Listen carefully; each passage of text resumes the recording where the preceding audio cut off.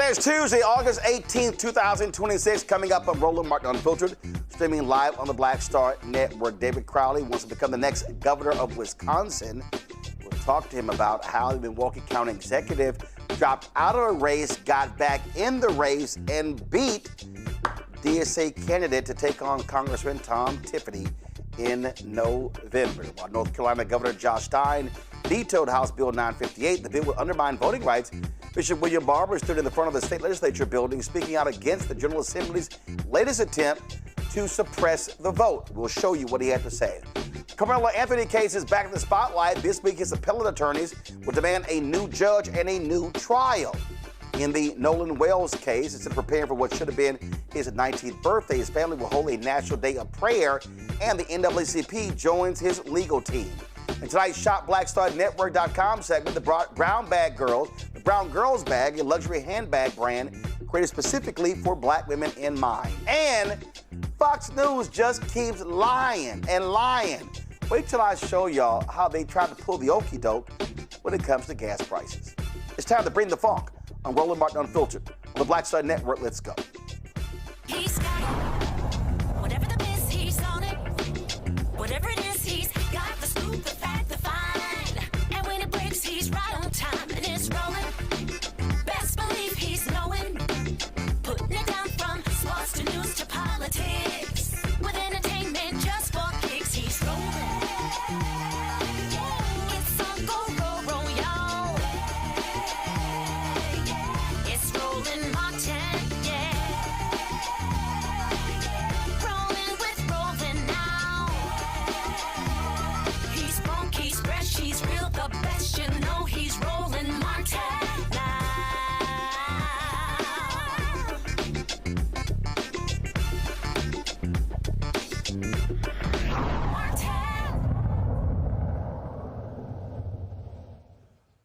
Well, let's just say the Democratic race for governor in Wisconsin was pretty wild. You had several candidates who ran.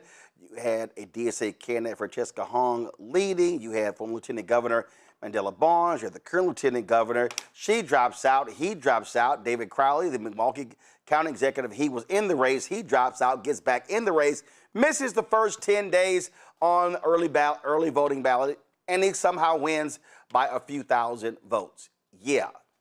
That's a lot of drama. He could become the first African-American to serve as governor in the state. Also, you have, of course, black candidates in several states as well. Also, if elected, will be the youngest person elected to the office. Joining us right now is David Crowley. Glad to have you on the show. Good to see you again. How the hell did you win? Well, first and foremost, thank you for having me, Roland. And you know, we made decisions based off of facts when we decided to suspend this campaign. And we learned that a lot of the facts that we were relying on, quite frankly, wasn't right. And so once the lieutenant governor made her decision to get out of this race, we jumped back in. But I'll be honest with you, it was not just, looking at the facts. It was also prayer, talking with my wife, talking with my family. But we knew there was too much at stake for us to sit on the sidelines. And so we got back into this race. And then 3 weeks later, we ended up becoming the Democratic nominee. And I'm excited to not just build a coalition, but to deliver for the working families here in the state of Wisconsin. You will be facing a Republican who Donald Trump is standing behind. And this is a state Trump barely won, defeating Vice President Kamala Harris. He lost this state to President Joe Biden in 2020, beat Hillary Clinton in this state. Many talk about how Wisconsin is so evenly divided, but you look at those last two Supreme Court races, Democrats came out in full force and crushed Republican candidates. What is your focus? How are you looking at the map in order to understand what you must do to win? Well, we know that this race is not going to just be about ideology. It's about winning and building the type of coalition across the entire political spectrum. Whether you're a Democrat, Republican, independent, or don't care about politics, it's about how we can move our state forward. And so we're going to be focusing on how we can tackle the affordability crisis, how we can bring care, whether that's child care, health care, in every corner of the state of Wisconsin, and provide more opportunities so families don't just, succeed, but they can thrive into the future. Health care, obviously a huge issue, but also the economy, jobs, housing. How do you plan to confront those issues on the campaign trail? Well, you have to meet people where they are. And as we've learned, throughout this campaign trail, is that we've seen a lot of manufacturing plants closing, a lot of jobs that are being taken over by artificial intelligence. And so we have to make sure that we're doing everything that we can as a state to protect them. And that means working with the private sector, working with the public sector, and working with everyone to make sure those opportunities are there. And so I'm looking forward to making sure that we're fully funding our school systems, so people have access to kids have access to the education that they need. We also have a very abysmal minimum wage, still $7.25 an hour. And we have to make sure that we raise that. But more importantly, creating more opportunities, pipelining individuals to different types of trades, and finding ways to reduce costs as it relates to education. And so there's a lot of opportunity here for us. But we know that we need someone who's not just going to fight and stand up against this Trump administration and MAGA extremism, but who's going to deliver a message, deliver a vision, not just for Wisconsin Democrats, but Democrats across the country. Data centers has been a major topic in a number of states. You gave a rather long, precise answer to that. And some folks were bothered by it. Others said, you know what, this is not an easy issue. It's not just simply I'm for, I'm against. Explain to our audience your position on data centers and what you want to see in Wisconsin. I appreciate that question. I want to be very clear. If a community doesn't want a data center, they shouldn't have to have a data center, and they shouldn't be forced to have a data center. And there are no and, ifs, or buts about that. What we're focusing on is how we can protect our communities, making sure that these data centers, they pay their way, they pay for the energy, they pay for the infrastructure. And when I become the next governor of the great state of Wisconsin, we're going to make sure that no Wisconsin taxpayer is paying one dime towards these energy and infrastructure costs. And unfortunately, my opponent, Congressman Tom Tiffany, he voted to give tax breaks, $70 billion in tax breaks to big tech companies across this country. He voted to fast track these tech companies to be able to steamroll communities throughout the state of Wisconsin without no state oversight. And so we need these state regulations moving forward, and it's important that we do that. On that particular point, that's one of the things that I've looked at. When I see a lot of these tax breaks, and then when I hear the number of jobs created, I go, wait a minute, you're giving up a hell of a whole lot in tax breaks for 40, 50, 60, 70, 80, maybe 100 jobs. When you think about, these big tech companies doing these, huge hyperscale data centers, like a lot of the jobs come on the front end, but not necessarily on the back end. And so if communities decide that they're going to have a data center, the builder, they're going to have to utilize union labor. But we're going to make sure they're paying their way moving forward. But I want to see community benefit agreements across this entire state. I want to make sure that, wherever they reside, that our entire state actually benefits, because we're all going to be affected in some type of way. And so if we can leverage this for our existing businesses, our entrepreneurs, our local units of government, as well as our school systems as well, we should be looking directly into that. And so we should be looking at how we can extract as much as possible from these data centers versus them extracting our most precious natural resources. I often get this. White conservatives love to ask me, well, what have y'all gotten for your vote? And I always flip it to say, well, what have a lot of broke white folks gotten for their vote? Listen, you got farmers in Wisconsin. Donald Trump has destroyed the lives of many farmers with his tariffs. You got that particular issue there. Also, it's a lot of poor whites in America, in your state, who depend on the Affordable Care Act, who depend on SNAP, who depend on these different things. Are you willing to go to them and look them dead in their eye and say, hey, you've been voting against your own economic interest. You really should pay attention to what we Democrats are doing to try to help you live a better life? As I've traveled across this state, whether it's a small rural community, mid-sized suburban community, or large urban communities like I represent, we are all facing the same issues.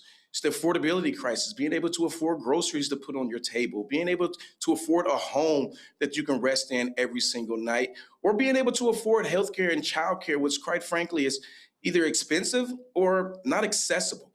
And so we've learned that there's a lot of people who have a lot of hope because we've won this primary election. They're excited. We have this momentum, and we're not going to leave no stone unturned. And as I talk to farmers, they know that Donald Trump is to blame as it relates to their workforce, their increase in prices for them because of this war of choice with Iran and how they've seen not just their tariffs rise, but gas prices rising as well. And so we have to take advantage of this opportunity. And as the next governor, we're going to make sure that we not only lower costs, but we put more money in the pockets of families all across this state.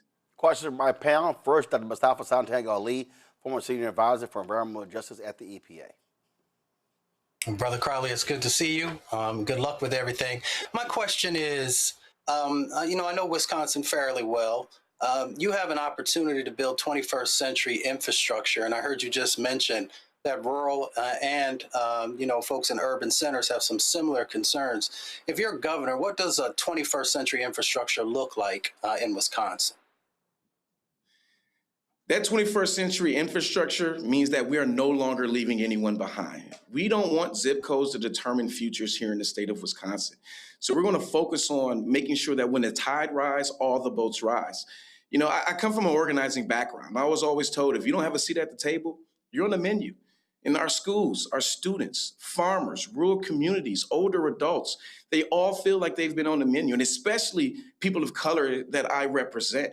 And so it's about making sure that we lend their voices to the solutions that's going to work for them. There isn't a one-size-fits-all solution. What works in my community may not work in a La Crosse, may not work in a Superior, but it doesn't mean that we can't make sure that those individuals lean their voices to the solutions that work for them. And so it's not about building this on my own. No governor, no one entity is going to be able to do that. It's about how do we bring others to the table and continue to empower our state so our state moves forward just like our motto says. Lisa Durden, social justice journalist out of Newark, New Jersey. Your question for David Crowley.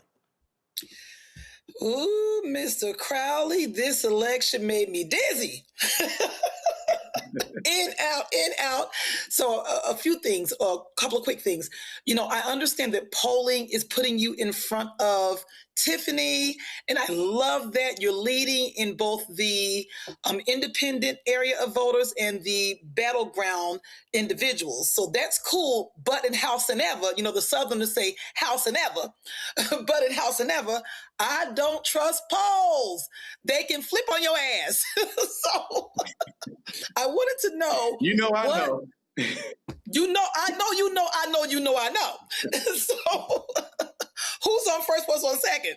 So I wanted to know, I understand that you have to run like hell. You've got to run like hell. But speaking about voting against your own interests, I don't know what you're going to do to get the voters to understand that their stomachs are about to be empty if Tiffany gets in that office. So what are you going to do to impart on the potential voters, don't vote against your own interests? What are you going to do on the campaign trail to inspire, incite, or to create energy around this vote's important? Because as you know, Democrats, people are a little disenfranchised with Democrats and Republicans, to say the least. So I just am looking for what your plan is. One, you have to meet people exactly where they are and make sure that they're a part of this process.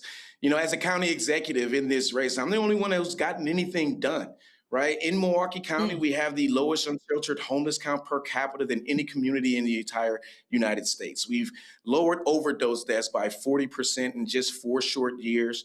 And we've cut taxes, the largest property tax cut in our community's history, while bringing people across the political spectrum to not only benefit Milwaukee County, but every single municipality.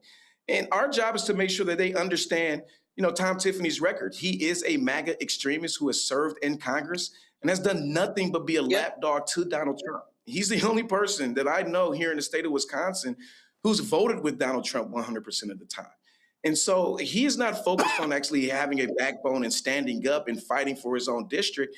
He's only going to do what he's told. And right now, whether you're on the far left or the far right or anywhere in between, we all know that government isn't working. And we need a governor who's going to bring folks to the table. And that's why I'm excited to be in this race. It's giving us a lot of opportunity to not only speak directly to the issues, but bring others to the table to join the movement that we've created.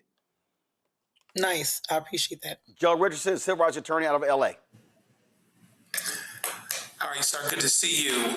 Listen, talk a bit about, the idea you are out of the race for a period of time and then you're back in the race. You win by a nose.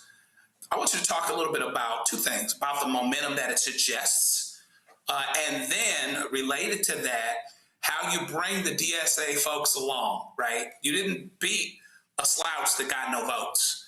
You beat somebody that got a lot of votes, and it's enough votes to really make a difference. You're going to need those votes to get over the line. Talk about how you use that momentum to connect the dots and bring DSA or whoever didn't vote for you along. I really appreciate that question. One of the first things that we did right after the primaries, we did a unity tour. And so all of the primary gubernatorial candidates on the Democratic side, we had breakfast, and we all committed to supporting myself as the nominee. But as we've traveled, I had the opportunity to learn that, some of those same folks that you mentioned, they have a lot of hope. They have a lot of passion. And they're committed to the state of Wisconsin. And you know what? I share that same passion.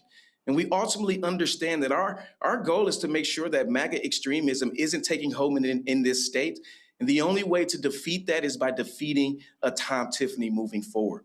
And so as we build this big tent, our job is to make sure that we don't lose focus on what the goal is and continue to speak directly to the values of Wisconsinites all over. Last question for you, and that is, when Mandela Barnes ran for United States Senate, he lost by a very small margin. There was a 50,000 vote drop-off in Milwaukee from the previous election. I have been saying on this show that where African Americans are, we need to be voting at a minimum of 70% or higher in order to offset turnout elsewhere. Are you making it clear to your campaign aides, to your strategists, to your media buyers, that there has to be a significant investment in black voters to turn out there in Milwaukee, black-owned media, and others if you are going to win? Look, I am an absolute son of the city of Milwaukee and Milwaukee County. I grew up as an organizer, and this entire community, saved my life and helped me grow up to be where I am today. And there's no way that we're going to move in this campaign and not include the black community in some type of capacity. I mean, it is the foundation of who I am, and it's one of the reasons why I'm a public servant to this day. And so we are very intentional in not just focusing on black media, but focusing on all media, right? I'm not trying to be the governor of just Milwaukee or southeastern Wisconsin. I want to be a governor of all of us. But in order to do that, we can't leave no stone unturned. We're not going to allow anybody to fall through the cracks, and we're going to make sure that everybody has a seat at the table, including the black community. And so it's been really exciting to see the level of momentum that we've had here locally, because when I think about becoming the first African-American elected as Milwaukee County executive, you can imagine the black community absolutely showed up. All right. David Crowley, we surely appreciate it, and I'm quite sure we're going to be on the road a lot of different places in September and October, so we probably be crossing paths. Absolutely. Thank you for having me. Thanks a lot. Folks, got to go to a break. We'll be right back. Roland Martin Unfiltered, right here on the Black Star Network. All right, folks, let me get personal for a second. My mom had questions about her Medicare, so she called Chapter, a Medicare advisory company, and she texted me right after saying it's a great benefit. It was easy. A real person walked her through the whole thing, and now she understands better what's going on. But it's not just her.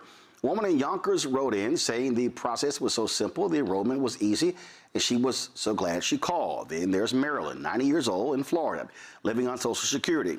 Her premium climbed every single year north of $400 a month for coverage she could barely afford anymore. So what does she do? She called Chapter. They found her the same top-tier coverage for hundreds of dollars less. 90 years old, and finally somebody in her corner. I hear stories like that again and again from our community. The Medicare system was not built to work for you. Too much fine print, too many plans. Yet Chapter's advisors are independent and honest, the only Medicare advisors that compare every plan nationwide. They're focused on one thing, what actually works for you. If you're already in the right plan, they'll tell you. No games, and people who switch to a chapter saved an average of $1,100 a year. All it takes is 20 minutes. You talk to a real person, and it's completely free help. So call Chapter at 724-264-8281, 724-264-8281. That's Chapter. I don't know about you, but I find it interesting that so many people think they know black men so well. How we feel, what we think, what we want, why we do what we do.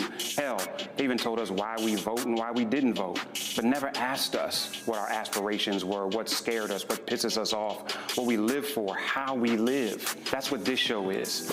No translation, because we don't need anybody speaking for us, but we do need to speak for ourselves. This is not a traditional election show. And we don't need to speak through other people's lens. It's no translation. Right here on the Black Star Network. Join us.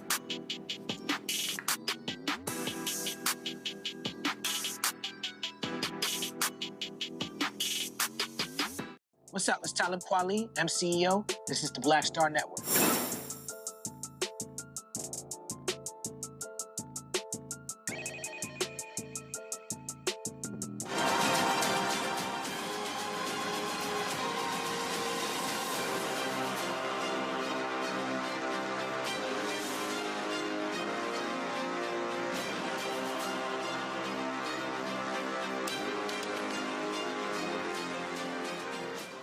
In North Carolina, Governor Josh Stein has vetoed Republican House Bill 958 and urged North Carolinians to call on the legislators to uphold the veto.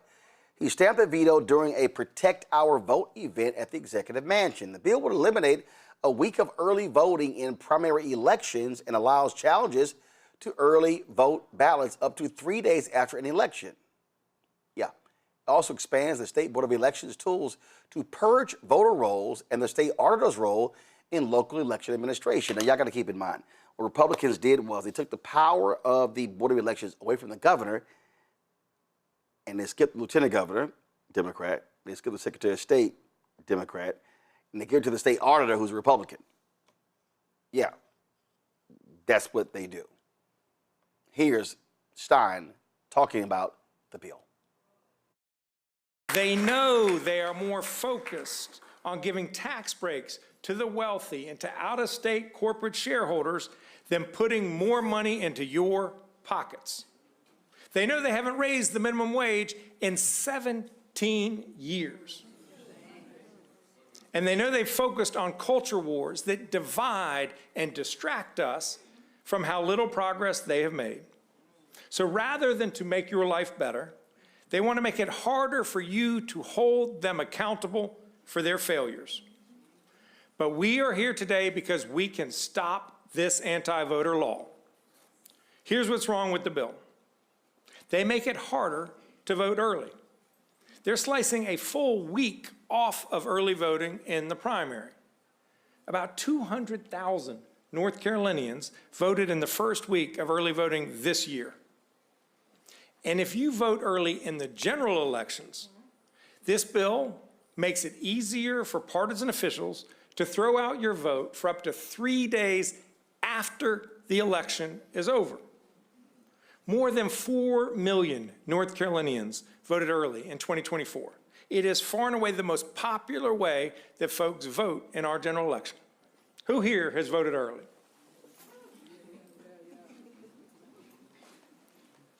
So if you are lawfully registered, show your ID and vote early, some sore loser could still try to throw it out after the election is over. Your leaders should respect your vote, not restrict it. Earlier today, Bishop William Barber and other members of the clergy and moral activists gathered outside of the North Carolina State Legislative Building to protest and speak out against House Bill 958. This is what Barber had to say. Dust matters. We have been made from the dust. And we will not allow, that means everybody matters. That's right. It is shameful that this legislature, the leadership, would put the governor in the position to have to veto.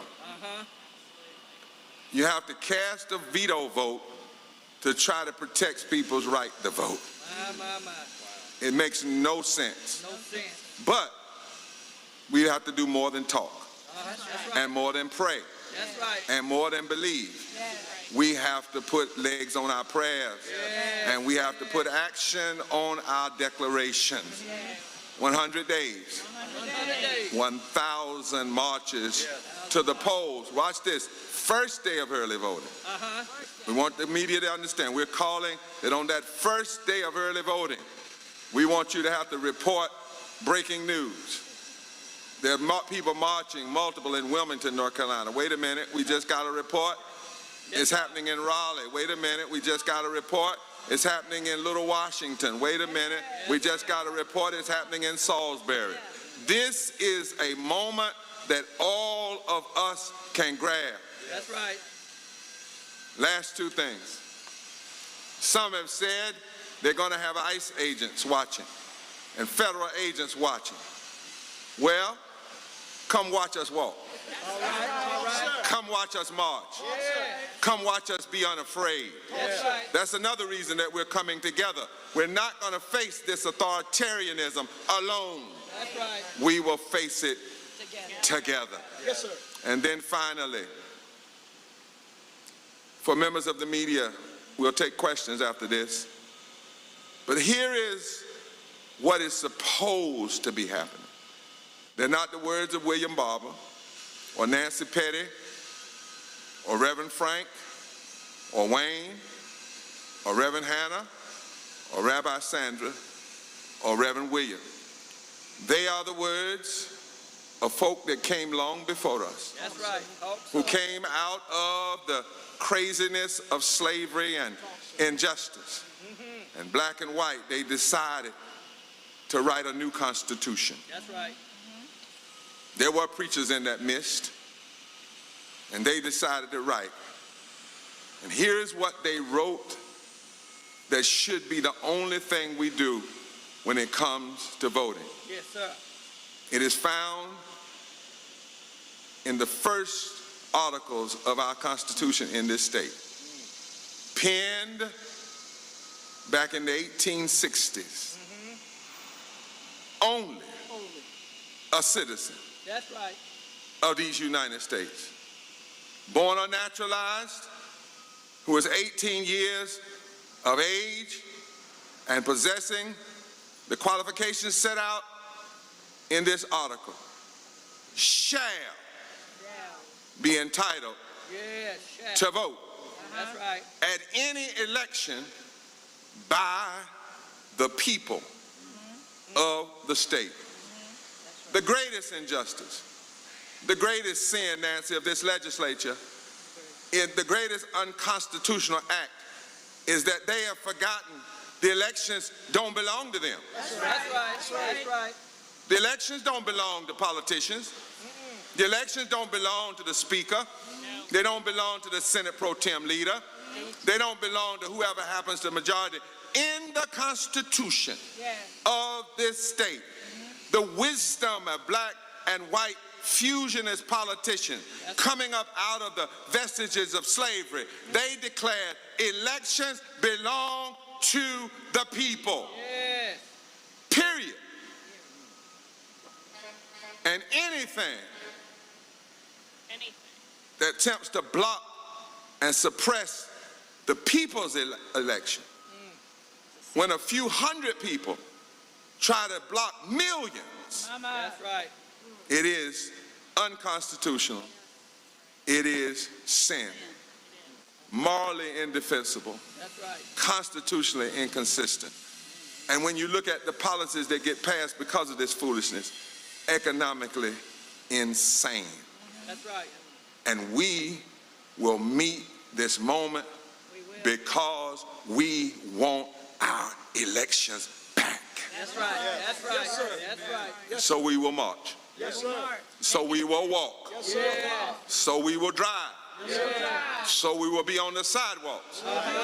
We will be on the streets. Yes, We will leave our churches. We will leave our synagogues. We will leave our mosques. We will leave our lodges. We will leave our fraternal place. We will leave our college campuses. And we will, in our workplaces, our labor unions, And we will put on the most massive mobilization of recent years because we want our elections back. That's right.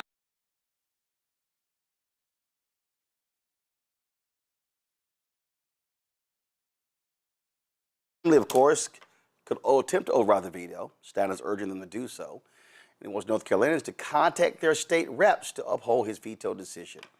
The problem that we're seeing here, Joe, is that it's in narrow margins. And you've got 3 Democrats who lost their primary who are pissed off, and they may side with the Republicans. Yeah, this is an interesting situation. As you know, Dr. Barber is the reason Governor Cooper got elected.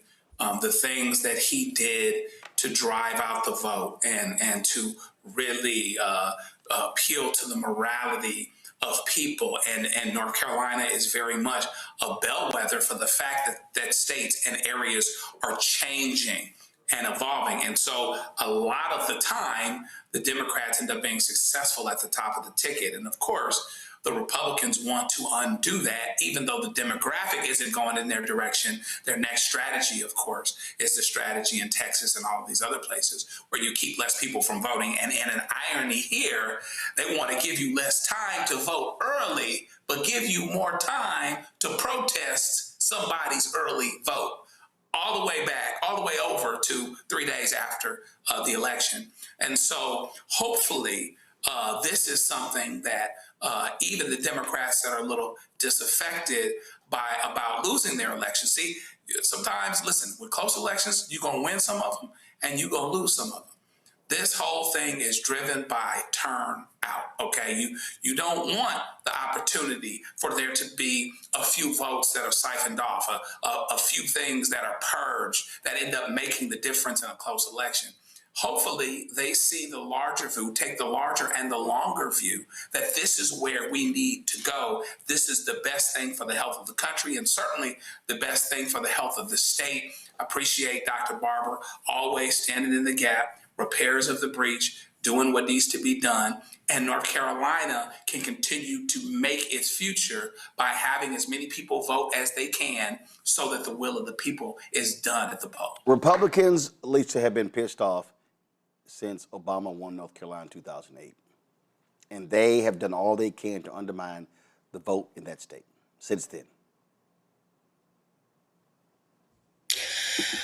I never thought I would live long enough to see fascism at this level. I mean, it's never ended, but I thought, okay, we're moving in an upward direction from the 1960s civil rights movement and on and on and on and on.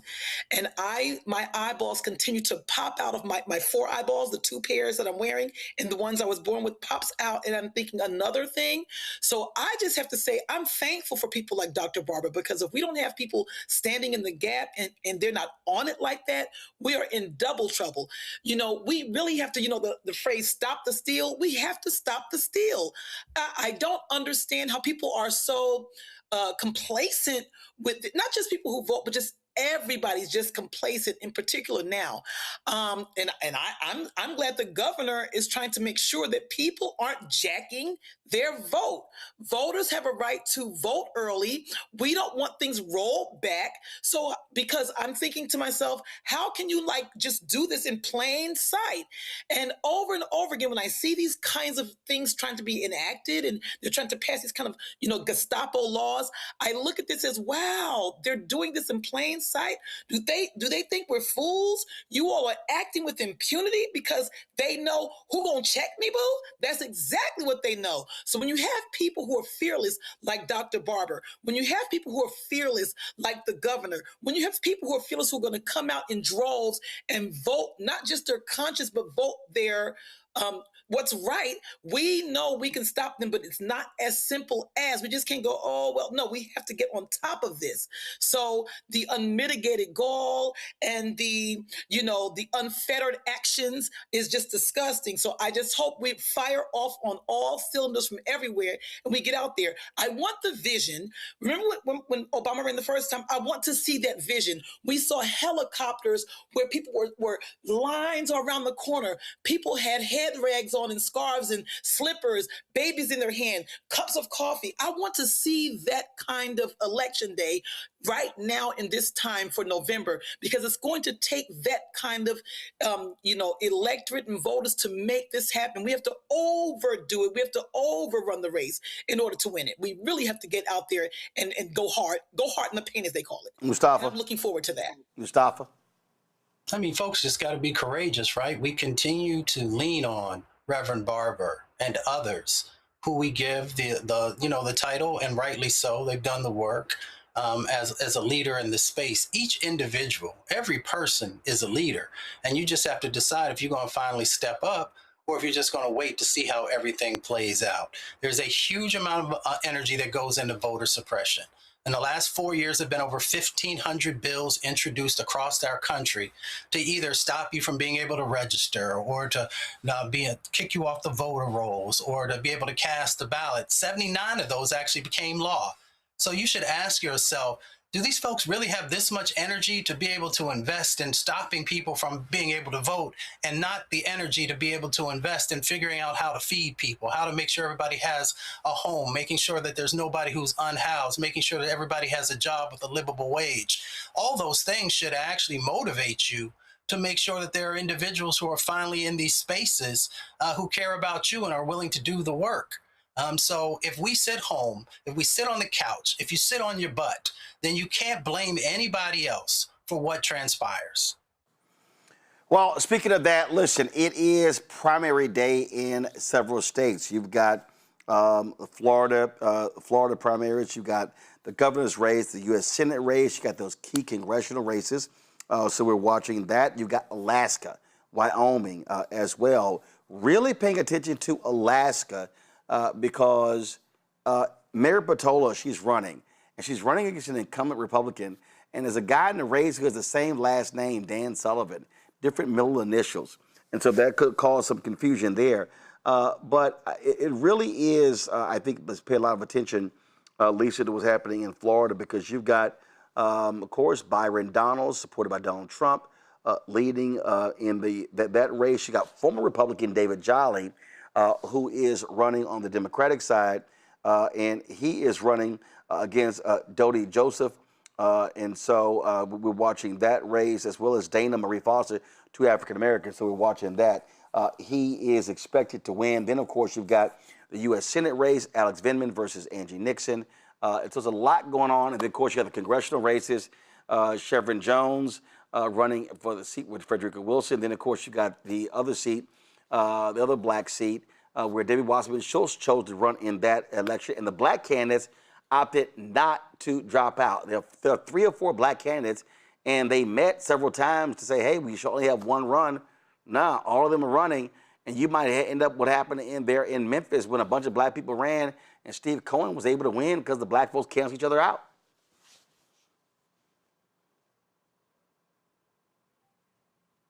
I'm not sure if this makes any sense, but people say, a run for this person is a win for that person. I'm of the mind, we have to challenge. You must run. So you should. It's indicative of these races where one person jumped out of the race and then jumped back in the race. I ran for office before. I ran for lieutenant governor before on the Green Party many years ago. And people said to me, oh, you're taking a vote from this person and that person. But if we didn't run and challenge that election, it would have been a walk-on. I am all for it. So I'm just hoping that, these individuals stay in the race, they go hard in the paint, and they do their best, because there was an election in Newark, a lady named Donna Jackson. She didn't have no money. She didn't have no flyers. She didn't have no people. She didn't have no Roger, no rerun, no rent. But since she challenged the usual folks, because of that, she won a Newark, city of Newark race, but she didn't feel like, I'm not going to win and, I can't challenge it. We have to keep doing that to move the needle. That's the same thing with these democratic socialists. If they don't get in the race, we're not going to turn the tides. So I say continue to run so that we can make the difference. Somebody's getting in there. It's not always about money and who you are and status. It's about just getting in the race. I'm a former track runner, so my track references. The thing here... somebody might drop the baton. That's the point. Somebody's going to drop the baton. One of the things we're watching, one of the things we're paying attention to there, specific in Florida, Joe, turnout. Democrats have been losing in that state. They're in disrepair. Nikki Fried has been trying to rebuild the party in the last several years. And so turnout, that's one of the things we should be looking at tonight. How hyped are Democrats there to vote in the primary? And, it wasn't long ago where our dear brother, who's struggling now, our prayers are with him, came very, very close to becoming governor. So the numbers are there to affect a change. One of the big suggestions that happens, and we talked about it quite a bit, in the South is that because Republicans win so often, it's because that they have the numbers and therefore we shouldn't be hopeful. There are a whole lot of black folk. There are a whole lot of votes to mine, M-I-N-E, of people that don't turn out either because they're not hopeful or whatever else. And that's to say nothing of, some of these laws that are coming into play where they try to restrict and restrict people that are the recently incarcerated or convicted and those types of things. But hopefully they can reconnect to the momentum that let folks understand that Florida was changing. I think Florida still is changing, just like Alabama is, just like Mississippi is, just like Texas is. The question becomes, can we have an overwhelming turnout to show that despite your attempts to siphon off and to purge and all of these other things, we are still marching towards being a different state than we were just because of the numbers. And hopefully our dear brother who's been running the party down there and been putting forth those efforts will see some of that come to fruition even tonight. Mustafa? I mean, this is just one of those moments, right? You still got to work incredibly hard to get people's vote. A lot of folks are disillusioned. A lot of folks don't believe that it makes a difference, no matter how much pain they continue to experience, both themselves and in their families and inside of their communities. And a lot of it has to deal with that people don't truly believe that they have power. So if you don't think that you have power, then you think that your vote doesn't have power. And if you think your vote doesn't have power, then you don't show up. And so therefore, you give away all those resources that should be coming to your community to others who probably will not have the best interest of your community at heart. So one of the things is really helping people to understand, as we've talked about on the show before, the power of your vote. But not just the power of your vote, but how it is transformative. And a lot of times people don't do the work that's necessary to help folks to have an understanding of what that looks like. So we continue to educate. We continue to try to motivate folks, but at the end of the day, people are going to have to determine when they've had enough and when they're willing to make sure that there's real change that happens. All right, folks, let's go to a break. We'll be right back. Roland Martin Unfiltered on the Black Star Network. Don't forget to support the work that we do. John Breen, the Funk Fan Club, goes to get 20,000 of our fans contributing on average $50 each a year. That's $4.19 a month, 13 cents a day. If you want to do so via Cash App, use a Stripe QR code. You see it right here. As for credit cards as well, checks and money order, make it payable. Roland Martin Unfiltered, P.O. Box 57196, Washington, D.C. 20037-0196.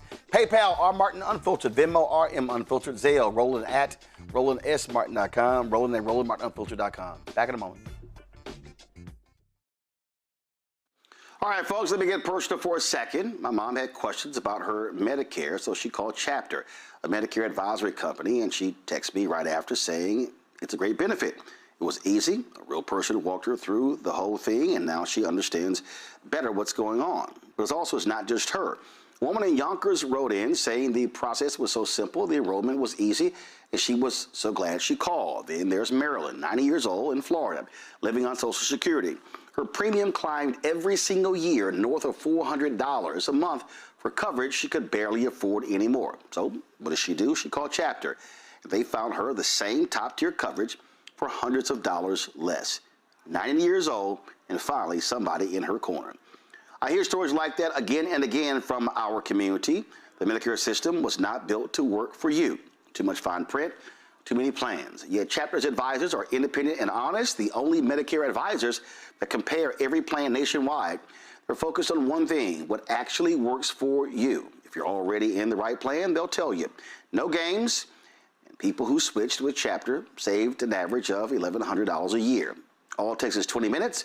You talk to a real person, and it's completely free help. So call Chapter at 724-264-8281, 724-264-8281. That's Chapter. I don't know about you, but I find it interesting that so many people think they know black men so well. How we feel, what we think, what we want, why we do what we do. Hell, they even told us why we vote and why we didn't vote, but never asked us what our aspirations were, what scared us, what pisses us off, what we live for, how we live. That's what this show is. No translation, because we don't need anybody speaking for us, but we do need to speak for ourselves. This is not a traditional election show. And we don't need to speak through other people's lens. It's no translation. Right here on the Black Star Network. Join us.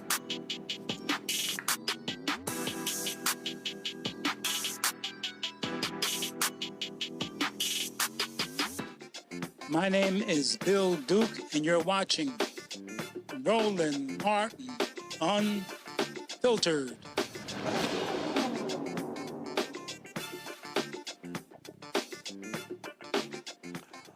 Well, folks, ABC finally decided to start fighting Donald Trump. They filed a First Amendment lawsuit against the Federal Communications Commission. The suit claims that his investigations and regulatory actions are part of Donald Trump's retaliatory campaign to curb the network's free speech. The lawsuit filed in the U.S. District Court in D.C. also seeking to halt a proceeding in which the agency and its chairman, Brendan Carr, demanded that the network put its 8 stations up for early license renewal. That followed Donald Trump's attacks on the network, including its nighttime host, Jimmy Kimmel.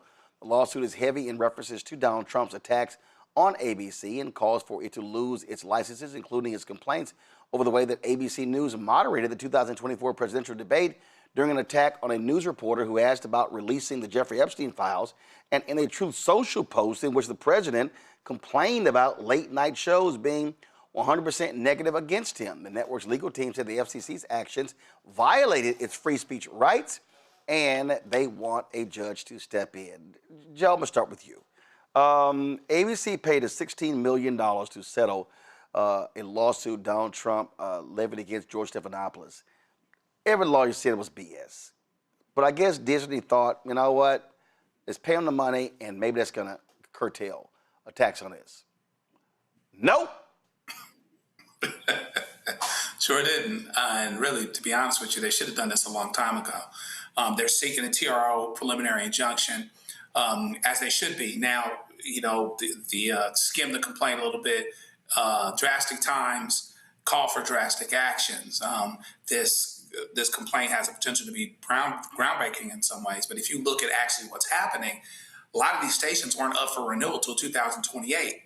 The FCC basically says, in a really pretextual, well, let's put them back up for now, which in a best case scenario means they pay a whole lot of money over several years to fight this thing and to get from point A to point B and to be renewed, or they don't get renewed, but they move up dealing with the question, okay? So this really should let everybody know that when it comes to this administrative related stuff, you have got to fight. You can't just keel over, as it were, because FCC basically just kept coming, and so that little $16 million wasn't enough, and the things that they actually said, the things that they actually threatened. I mean, Donald Trump talked out loud about wanting to have these stations' licenses undone. He talked out loud about it. What else is there to do in that situation but fight? They tell us certain animals, they can kill you, but they, if they have a way of escape, that's what they'll do. But when they're against the wall and they know they're against the wall, what they do is they fight. And you have a problem at that point. And so really what ABC should have realized is that it's been against the wall for a long time. I guess better late than never, but hopefully they stay at it, because if they fight and the next place fights and the next place fights and the next place fights, the Trump administration is not particularly good at fighting a 10-front war. They're not particularly good at it because, among other things, they aren't the smartest and they aren't the most competent. So put that to the test and go where you need to go, because the republic is at stake. First Amendment rights are at stake. A free press is at stake. We have to do these things, and I'm glad they're finally doing it. You know, the thing that jumps out here, Mustafa, you can't play footsie with this dictator. And all of these different people thought, oh, well, if we just throw him some cash. No, he's so brazen, he's going to demand more. He is an absolute extortionist. Mm-hmm. Well, they got their pimp game on, and people just got to understand the dynamics that are truly playing out in front of you. So first of all, people hear me talk about this all over the country. Stop funding your own oppression. So when you pay off, these deals that these folks try and put in place, then you continue to fund your own oppression. You continue to put the blood in the water. The sharks are going to come. When you have bullies, and these folks are bullies, right? I've worked for a number of administrations, never seen anything like this. They're going to continue to punk you. Whether you are a multi-million-dollar conglomerate or you're somebody who's a little bit further down the food chain, they are going to continue to push you. They're going to continue to punch you. They're going to continue to do these things because most folks won't stand up and push back. My daddy used to say he could always tell if somebody had a strong spine, because no matter what came at them, they were going to continue to stand up based upon what their values and priorities are and not be moved. But unfortunately, we've had folks who've done this. So when you have these folks who continue to try and censor, let's say that word again, to censor what's being shared because it is not a part of their ideology, then they continue to try and utilize both the courts where they continue to lose. It just takes a long time. And they continue to try and extort people, as you just shared. So stop funding your oppression, stop going down on your knees, and stand up for what you believe in.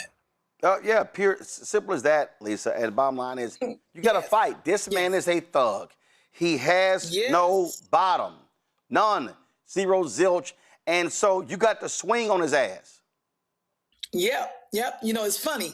Listen, last time I checked, everybody knows you don't pay the ransom money. You don't pay. Because they think we're going to keep digging. I'm going to reach down in your purse to pay your way and your homeboy's way. Come on, stop paying that.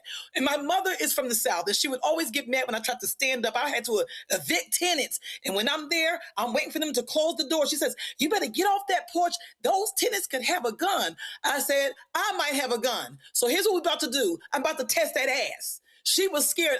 I can't fight, but I want to see, can you fight?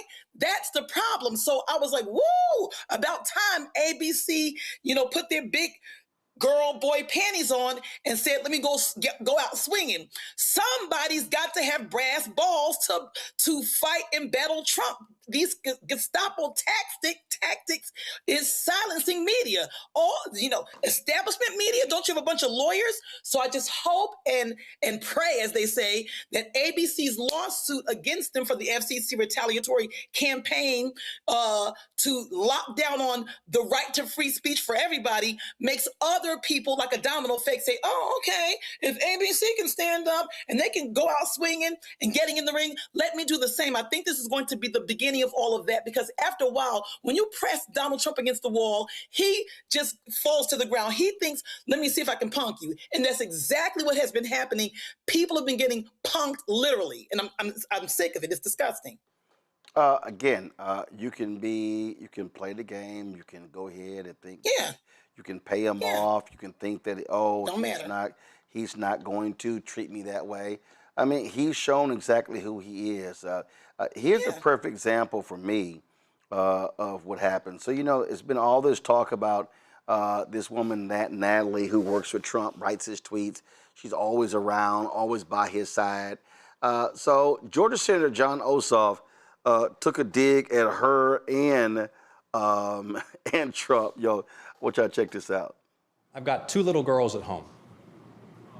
Eva's 4 and Lila's 1, and I'm so grateful to this country for the security and the opportunity it affords them. But this isn't the world I want to leave them. Soon enough, they'll learn there's now plastic in human blood and breast milk. That toxic forever chemicals are in half the country's drinking water. Eva loves animal documentaries, and she'll learn that the butterflies are dying off. She'll ask me why I allowed these things to happen. She'll learn about the nuclear weapons that still threaten annihilation. And when you step back and consider it, the situation is absurd. Tech titans dig bunkers and warn us the new intelligence they're training could lead to mass joblessness or human extinction, and our Congress debates ballrooms and youth sports. We've amassed enough firepower to end the world 1,000 times over, but we can't summon the will to guarantee health care and pre-K. I say all this to say that it's the crushing weakness of our politics against the unmet needs of our people and the massive stakes of our times that's shaking our faith in the future. But Atlanta, I refuse to leave my girls a world as dark and dangerous and cruel as this one threatens to become. See, when Eva...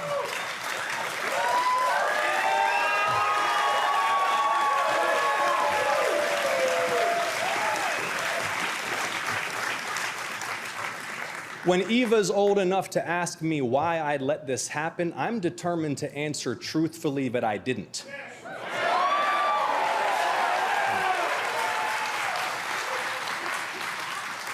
I'll tell her how the same year she turned 5, Georgia stood up all together, all at once, and said, "Enough is enough."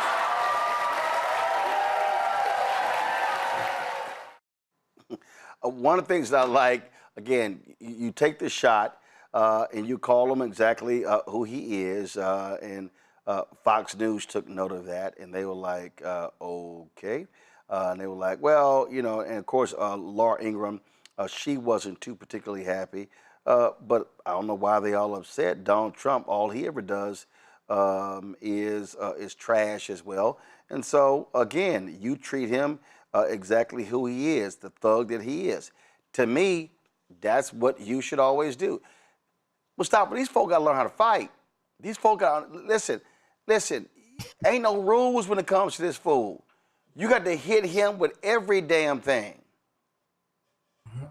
Well, first of all, we hit him with the truth, right? Because the truth is definitely going to hurt, because it highlights the fact that they have done nothing for this country to help it to heal, to help it to be safer, to help it to be more prosperous for the majority of folks. So, you know, those are facts. So when you can't deal with the facts, then you bring all this other ancillary stuff into the conversation and try to take people off of what they need to be focused upon. And that's the reality of the situation. The other part of it is that I don't know where these folks grew up. I never understood folks allowing a bully to punk you.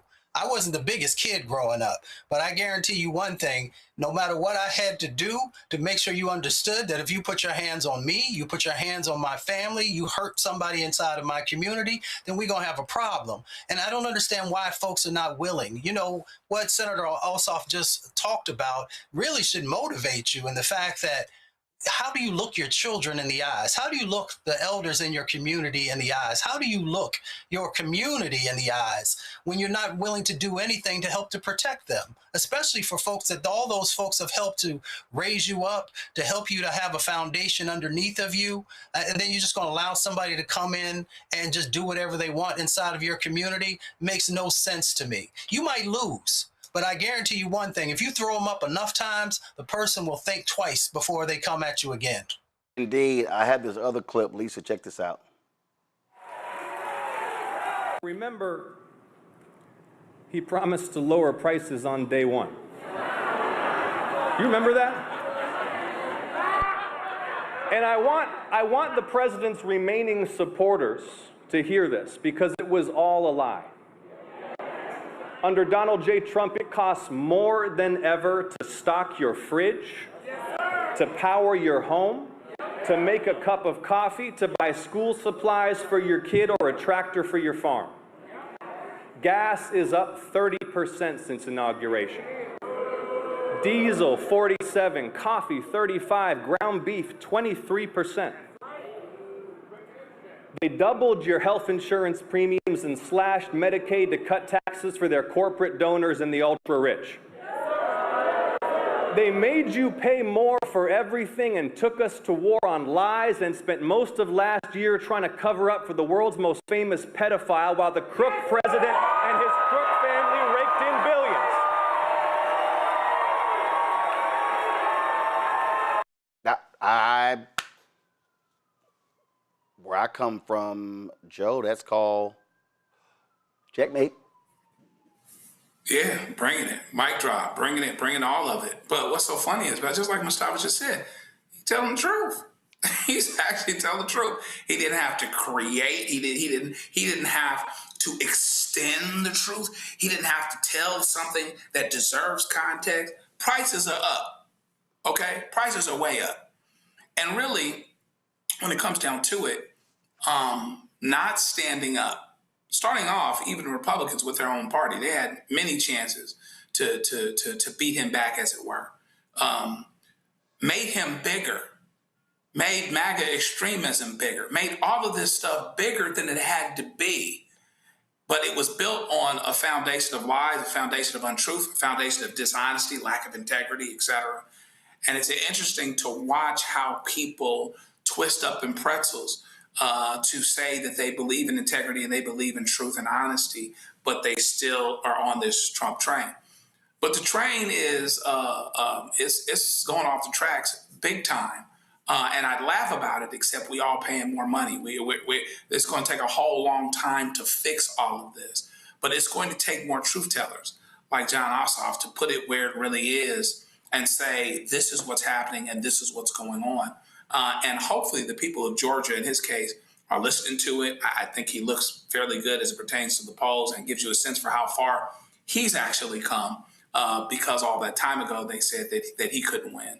And so hopefully we continue to just have more truth tellers to continue to let us know. If people vote with the urgency that all of this mess has actually created, we will see quite a big change in Congress, quite a big.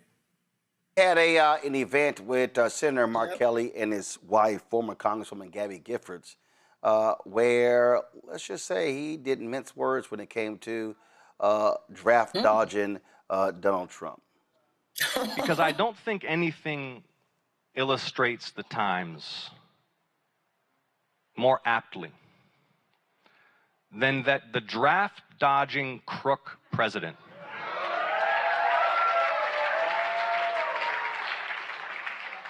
who has plunged our nation recklessly into a war he knows not how to end or to win, tried to imprison this man who embodies American heroism, a decorated combat veteran, naval aviators, astronaut, space shuttle commander, U.S. Senator. Donald Trump tried to lock him up for daring to state in public a fundamental principle of military law. And you heard, I work closely with Mark. We sit together on the Intelligence Committee, and it's been a privilege to see how he has persevered despite these threats of imprisonment by his own government, dutifully serving his constituents in Arizona, dutifully seeing to the national security of all Americans, and not backing down for even a moment in the face of those threats. Thank you, Mark, for all you've done and for your courage. Straight draft dodger. Straight. Yep. I mean, that man don't give a damn about the military. You got that USS leaking. He don't care about conditions on that ship. He said, oh, they should stay out longer. This man is an absolute sicko. When I saw John Ossoff snapping in Philadelphia, they call it joning. In Newark, we call it hiking, doing the dozens. Y'all know the words. I was on the floor. The man should be a comedian. You know, he's pointing out everything we already know. There isn't anything we don't know about Donald Trump. We even saw Donald Trump in the debate with Kamala Harris saying, I have a concept of a plan. Even the MAGA folks didn't see any concepts. What are the balloons? What are the concepts? Did you list any concepts? But they're busy saying, well, you know, Kamala Harris, we don't know what she's about. What is she doing for men and blacks and women? But he's saying, I have no plan. So it just tells you how disgusting people are. When people say, oh, people are voting against their own best interests. No, they're not. All of the MAGA folks voted in their best interests. And what they're after is white supremacy. And you know how they say when you want to put somebody down in a ditch, you've got to be down in there in them? So people are so hateful. People are so racist. They'd rather starve themselves to make sure you starve. They'd rather run out of gas in their car to make sure your tank is empty. This is what the racism and the disgustingness is all about. The individualism is all about. So I'm liking that John is saying we're going to turn this tide down here where we are. We have to have more of the Johns, because if you have more of the Johns, it's going to be like the Wizard of Oz. You know, when they got to the end and you saw the wizard, he was so loud and mean. At the end, it was a little short man that was a punk. We have to expose Donald Trump once and for all. And these John Ossoffs and all of those other folks doing what they're doing, marching toward November, is going to do just that. All right, folks, going to a quick break. We come back. I keep telling y'all, ain't nothing like a Fox News lie. Man, did they lie about gas prices. Wait till I show y'all next. Roland Martin Unfiltered on the Black Star Network. All right, folks, let me get personal for a second. My mom had questions about her Medicare, so she called Chapter, a Medicare advisory company, and she texted me right after saying it's a great benefit. It was easy. A real person walked her through the whole thing, and now she understands better what's going on. But it's not just her. A woman in Yonkers wrote in saying the process was so simple, the enrollment was easy, and she was so glad she called. Then there's Marilyn, 90 years old, in Florida, living on Social Security. Her premium climbed every single year north of $400 a month for coverage she could barely afford anymore. So what does she do? She called Chapter. They found her the same top-tier coverage for hundreds of dollars less. 90 years old, and finally somebody in her corner. I hear stories like that again and again from our community. The Medicare system was not built to work for you. Too much fine print, too many plans. Yet Chapter's advisors are independent and honest, the only Medicare advisors that compare every plan nationwide. They're focused on one thing, what actually works for you. If you're already in the right plan, they'll tell you. No games. People who switched with Chapter saved an average of $1,100 a year. All it takes is 20 minutes. You talk to a real person, and it's completely free help. So call Chapter at 724-264-8281, 724-264-8281. That's Chapter. I don't know about you, but I find it interesting that so many people think they know black men so well. How we feel, what we think, what we want, why we do what we do. Hell, they even told us why we vote and why we didn't vote, but never asked us what our aspirations were, what scared us, what pisses us off, what we live for, how we live. That's what this show is. No translation, because we don't need anybody speaking for us, but we do need to speak for ourselves. This is not a traditional election show. No. We don't need to speak through other people's lens. It's no translation. Right here on the Black Star Network. Join us.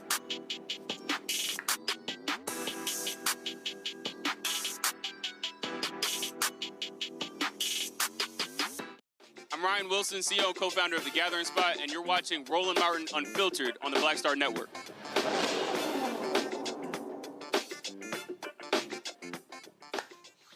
All right, y'all, ain't nothing like another Fox News lie.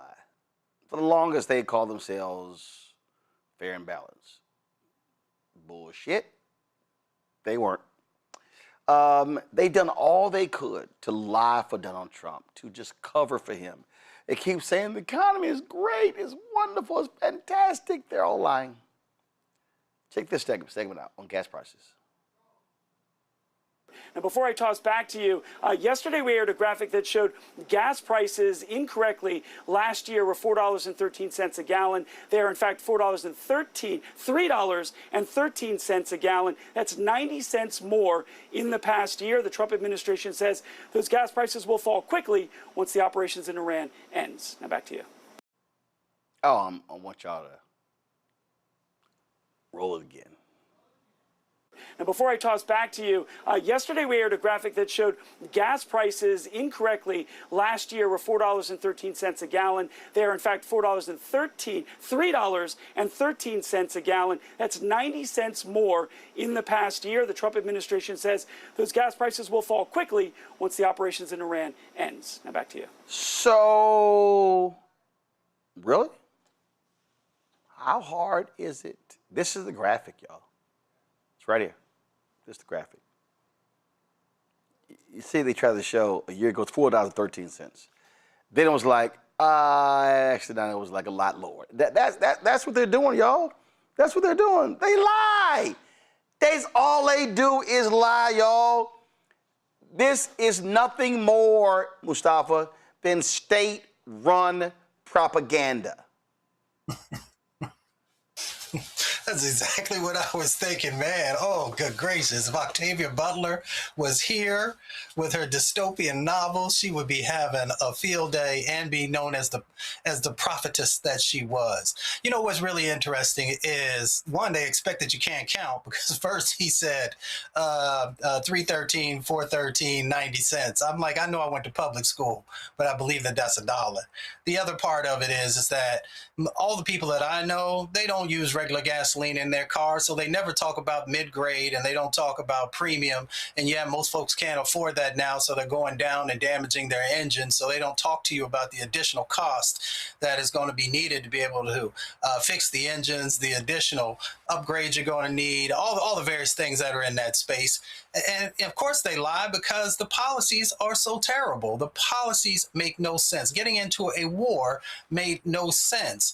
And people go to the grocery store, they see the prices, they feel the pain. When they go to the gas pump, they see the prices, they feel the pain.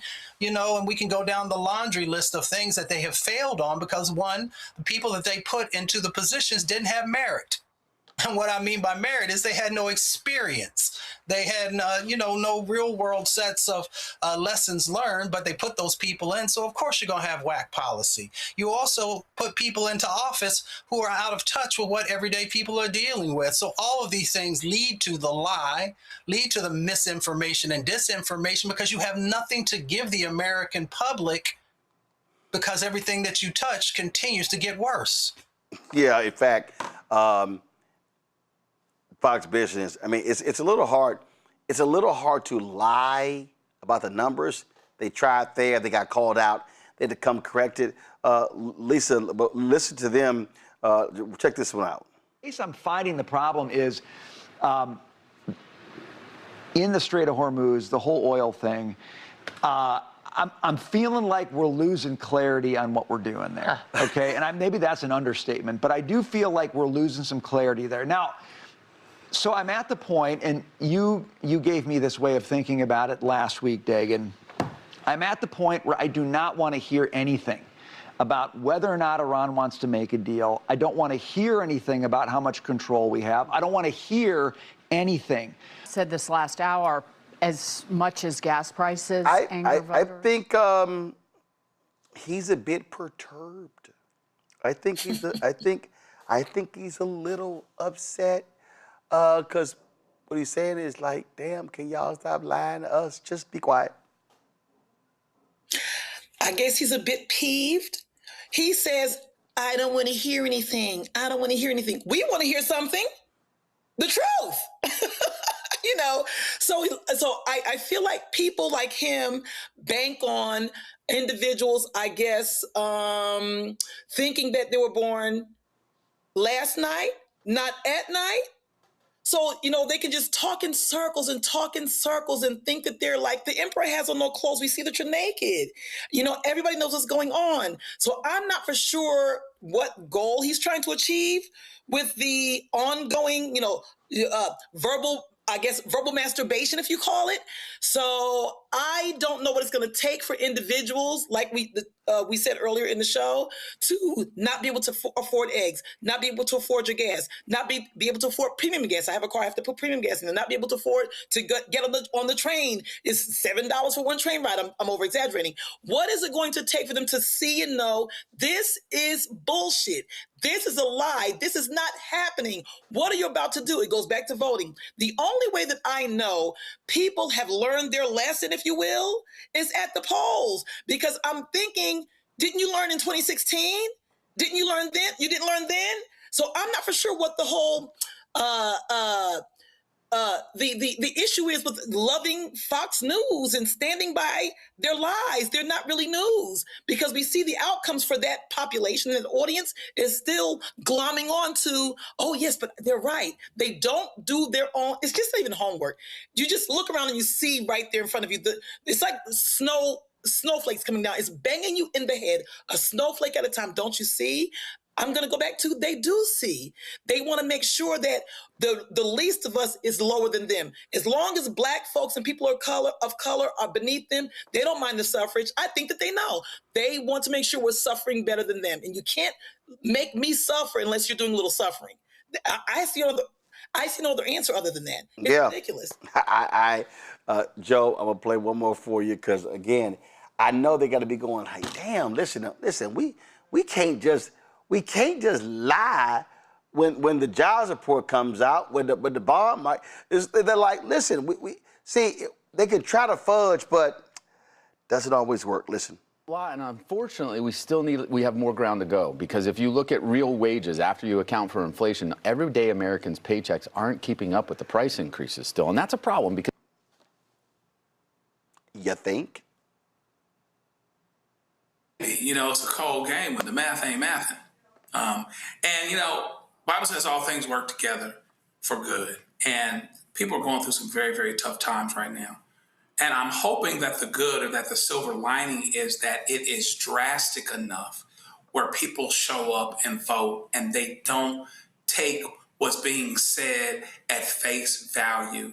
There's no midway. There's no gray area around this. We don't have time for folks that are lying. I know how much more money I'm spending for gas. I know how much more money I'm spending for beef. I know how much more money I'm spending for fill in the blank, whatever it is that it might be. We are dealing with this reality on a day-to-day basis, and hopefully people's reality speaks louder than these lies, and even this notion that some people sit and watch this and they want to go along, you know, because they bought into these culture wars and whatever else. Now, once again, you got something else in common with your Black brother, with your Hispanic sister, or whatever else that you didn't want to admit, and that is that y'all all out in the cold. That Donald Trump and that the higher ups are taking from all of you. Okay, so you know that's staring at you. You can decide not to stare back if you don't want to. But the problem is the reality is going to speak louder than all of that. So hopefully people get that. And, you know, the Fox people are interesting, because those that kind of want to tell the truth, they kind of sheepish about it. Like, you know, they worry, like somebody looking backstage and saying, well, let's pull him and not put him back on. I don't know how that goes, you know, when you need to make something else out of actual facts that say we are doing worse by any objective measure. So I guess that's the soap opera of Fox News. You won't hear the truth, but at least you get to see how people react. You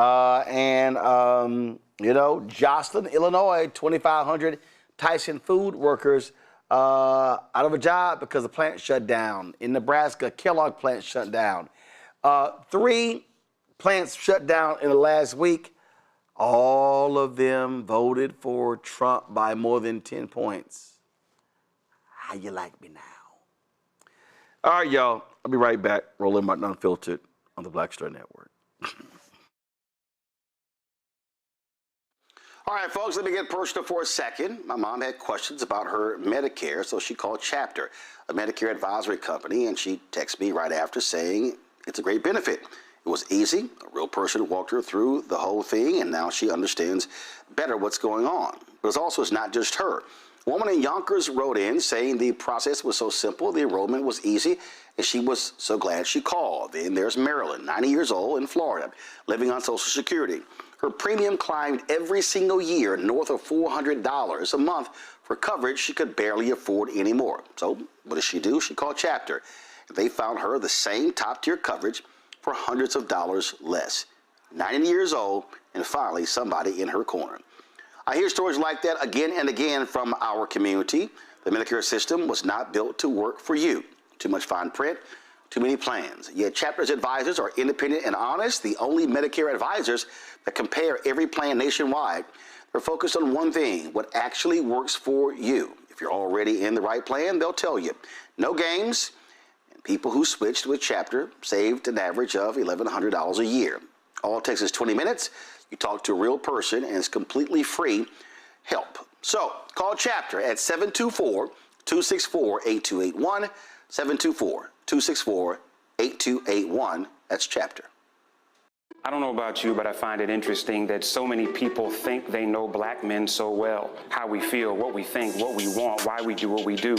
Hell, they even told us why we vote and why we didn't vote, but never asked us what our aspirations were, what scared us, what pisses us off, what we live for, how we live. That's what this show is. No translation, because we don't need anybody speaking for us, but we do need to speak for ourselves. This is not a traditional election show. And we don't need to speak through other people's lens. It's no translation. Right here on the Black Star Network. Join us.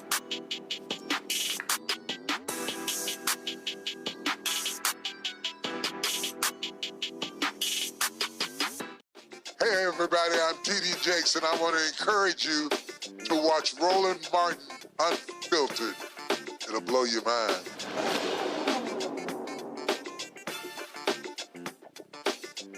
In Texas, the high-profile Frisco track meet stabbing case is back in court on Wednesday. Karmelo Anthony's attorneys will ask the appointed San Antonio judge Sid Harrell to remove Judge John Roach from the case post-trial proceedings. Anthony's team, led by Russell Wilson, believes that Roach's rulings limiting public access violated Anthony's civil rights. If Roach is recused on Wednesday, another judge will sit over Thursday's hearing for a new trial. If he is not recused, Anthony's new lawyers must present their arguments for a new trial before the same judge who has said he believed the initial trial was fair despite there being no black jurors. Thursday's hearing could feature new facts and testimony that have not been made public before. In June, the Collin County jury found Anthony guilty of first-degree murder in connection with the death of 17-year-old Austin Metcalf during a track meet in April 2025 at Memorial High School. Anthony was sentenced to 35 years in prison. Folks, a national prayer vigil is set for August 19th, that's tomorrow, for what would have been Nola Wells' 19th birthday. His family and supporters will hold a commemoration at the Greater St. John AME Church in Biloxi, Mississippi. The NAACP has joined the legal team representing the family of Wells. Kristen Clark will be on the show tomorrow to discuss why the NAACP found it important to help the Wells family. Nolan's body was found on a Mississippi barrier island after a 4th of July boat trip to Horn Island with 3 white friends. Jackson County DA Angel Myers McElrath said the results of the autopsy report, along with other evidence collected during the investigation, remain sealed pending the outcome of the criminal investigation to determine whether criminal wrongdoing took place. His parents, Christine and Elmore, along with their attorney Ben Crump, spoke last week at NABJ convention in Atlanta about the investigation and the main objective, pursuing justice, truth, and transparency into what happened to Nolan. Folks, the second day of testimony in the trial of a man accused of orchestrating the killing of the legendary rapper Tupac Shakur. Dwayne Kefty Davis is charged with murder of the 1996 killing of Tupac. Dr. Lisa Gavin, a forensic pathologist and medical examiner for Clark County, Nevada, testified about Tupac's injuries. She described how the bullets damaged his ribs, lungs, intestines, and other parts of his body. He died in the hospital 6 days after he was shot. Davis is the first person charged in connection with the musician's death. This comes nearly 30 years after Tupac was killed in a drive-by shooting in Las Vegas. Prosecutors say Davis was the mastermind behind the shooting and provided the gun. A tell-all book Davis published in 2019 revived the cold case. He was arrested in 2023 and has pleaded not guilty. His attorney argues the book was fictionalized to make a profit. I don't know who would actually fictionalize that. That sounds just a wee bit weird. Okay? All right, that's it for headlines. Go to a break, right back. Roland Martin Unfiltered. All right, folks, let me get personal for a second. My mom had questions about her Medicare, so she called Chapter, a Medicare advisory company, and she texted me right after saying it's a great benefit. It was easy. A real person walked her through the whole thing, and now she understands better what's going on. But it's not just her. A woman in Yonkers wrote in saying the process was so simple, the enrollment was easy, and she was so glad she called. Then there's Marilyn, 90 years old, in Florida, living on Social Security. Her premium climbed every single year north of $400 a month for coverage she could barely afford anymore. So what does she do? She called Chapter. They found her the same top-tier coverage for hundreds of dollars less. 90 years old, and finally somebody in her corner. I hear stories like that again and again from our community. The Medicare system was not built to work for you. Too much fine print, too many plans. Yet Chapter's advisors are independent and honest, the only Medicare advisors that compare every plan nationwide. They're focused on one thing, what actually works for you. If you're already in the right plan, they'll tell you. No games. And people who switched with Chapter saved an average of $1,100 a year. All it takes is 20 minutes. You talk to a real person, and it's completely free help. So call Chapter at 724-264-8281, 724-264-8281. That's Chapter. I don't know about you, but I find it interesting that so many people think they know black men so well. How we feel, what we think, what we want, why we do what we do. Hell, they even told us why we vote and why we didn't vote, but never asked us what our aspirations were, what scared us, what pisses us off, what we live for, how we live. That's what this show is. No translation, because we don't need anybody speaking for us, but we do need to speak for ourselves. This is not a traditional election show. And we don't need to speak through other people's lens. It's no translation. Right here on the Black Star Network. Join us.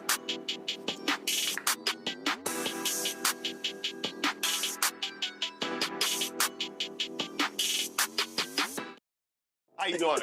I'm Mark Curry, and you're watching the Black Star Network. That's why I got these glasses on, because that black star is bright.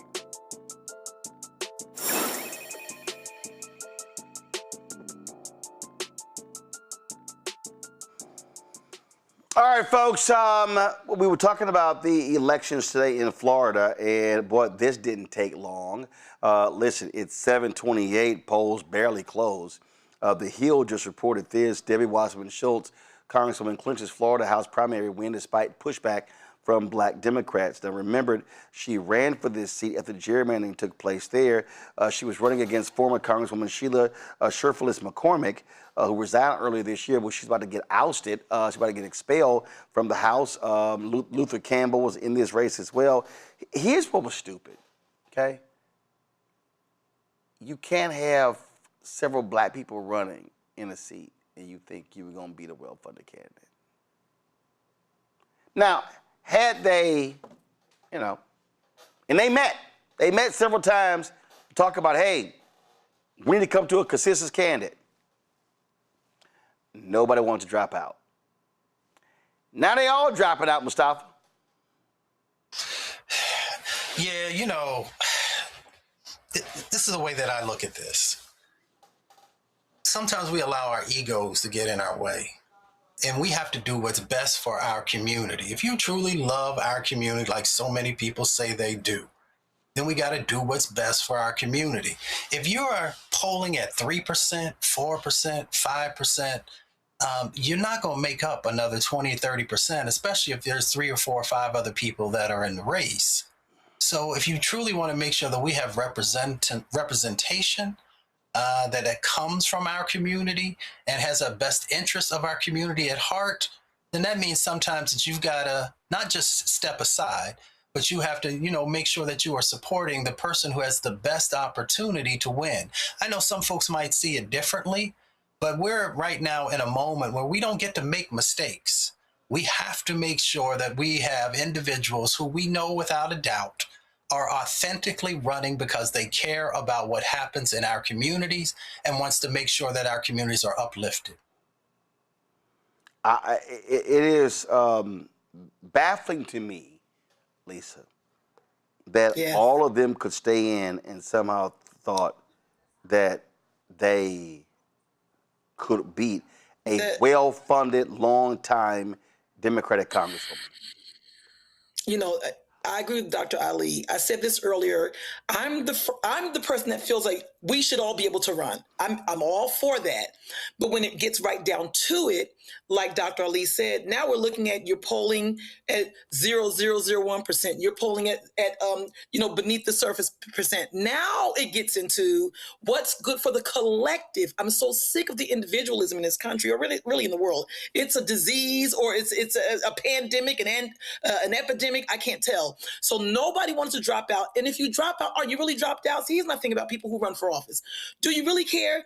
Do you have to be a politician to do what's right for the people? So if you actually were running because you cared about the people, then you drop out, and all of you get behind the other individual who's pulling higher to help them with the campaign. Knock on doors, kiss babies, shake hands, make flyers, fried chicken, make potato salad without the raisins, go hard in the paint. Put toothpicks under your eyes and make it happen. But no, you want to be a local superstar. You want to be in the place to be. That's not how that works.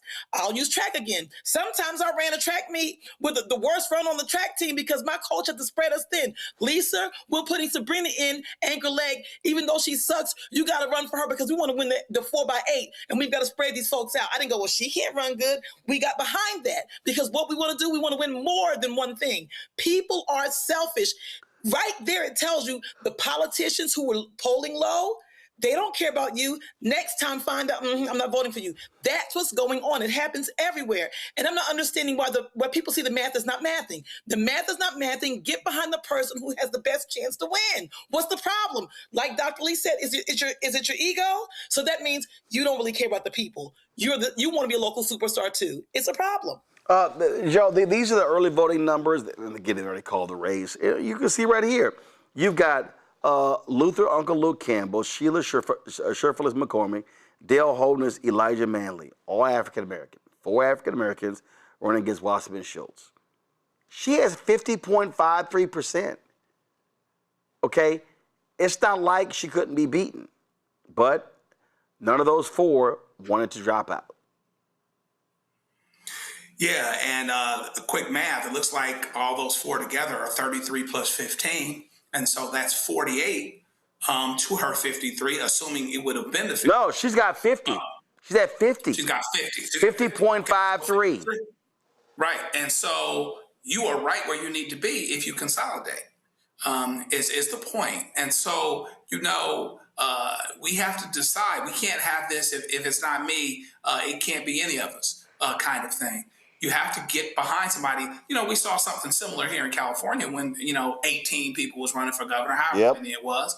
And really, we got lucky that Swalwell got smoked out. So he had to leave it because otherwise it could have been 2 Republicans in there, or we could have jeopardized ourselves going towards the fall. And so not only is it important if you understand that you can't win and the numbers don't match up, is to get out, but to get out early enough so you get off the ballot so that the residual of you is not there. You know what I mean? And so, so it's a serious problem. And listen, she might have run in some other district, but her money came with her, her campaign account came with her, her name recognition came with her. She is not a slouch, Debbie Wasserman Schultz. However one might feel about her, if you wanted to have a chance to beat her, you needed to join forces. It wasn't going to be just one of you. Even Luke. Luke made some records. He did pretty good with the Supreme Court. But that's not going to be enough to win for Congress, as it turns out. And so you have to do what you have to do in order to win if the goal is winning. And that's the big if here. The governor's race and U.S. Senate race results won't be available until after 8 p.m. And so we'll be certainly certainly watching that. One of the things that we've talked about when it comes to these elections, when you look at numbers, and it's very interesting. I saw something earlier. Wait a minute, Nikki Barnes. Hold on one second. I saw this tweet from her. I cracked up laughing when she posted it. Give me 1 second. Yeah, Nikki Barnes. She's a Florida consultant, and she tweeted this: based on the numbers I'm seeing, Democratic voters 50 to 65 plus are getting ready to choose every last one of our Democratic nominees.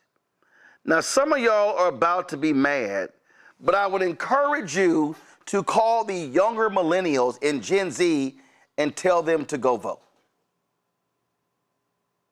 Y'all have heard me say this numerous times.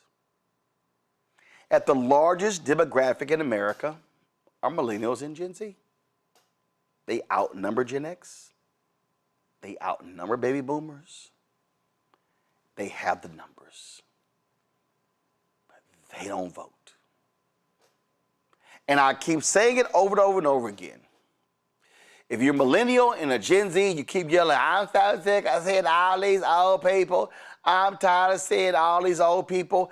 I have listened to y'all bitch about Clyburn, and y'all say Maxine, and y'all say Mfume. Oh, all these folks. I'm sick and tired of these 70 and 80-year-old people holding office. We need to pass the baton. No, y'all need to pass the ballot.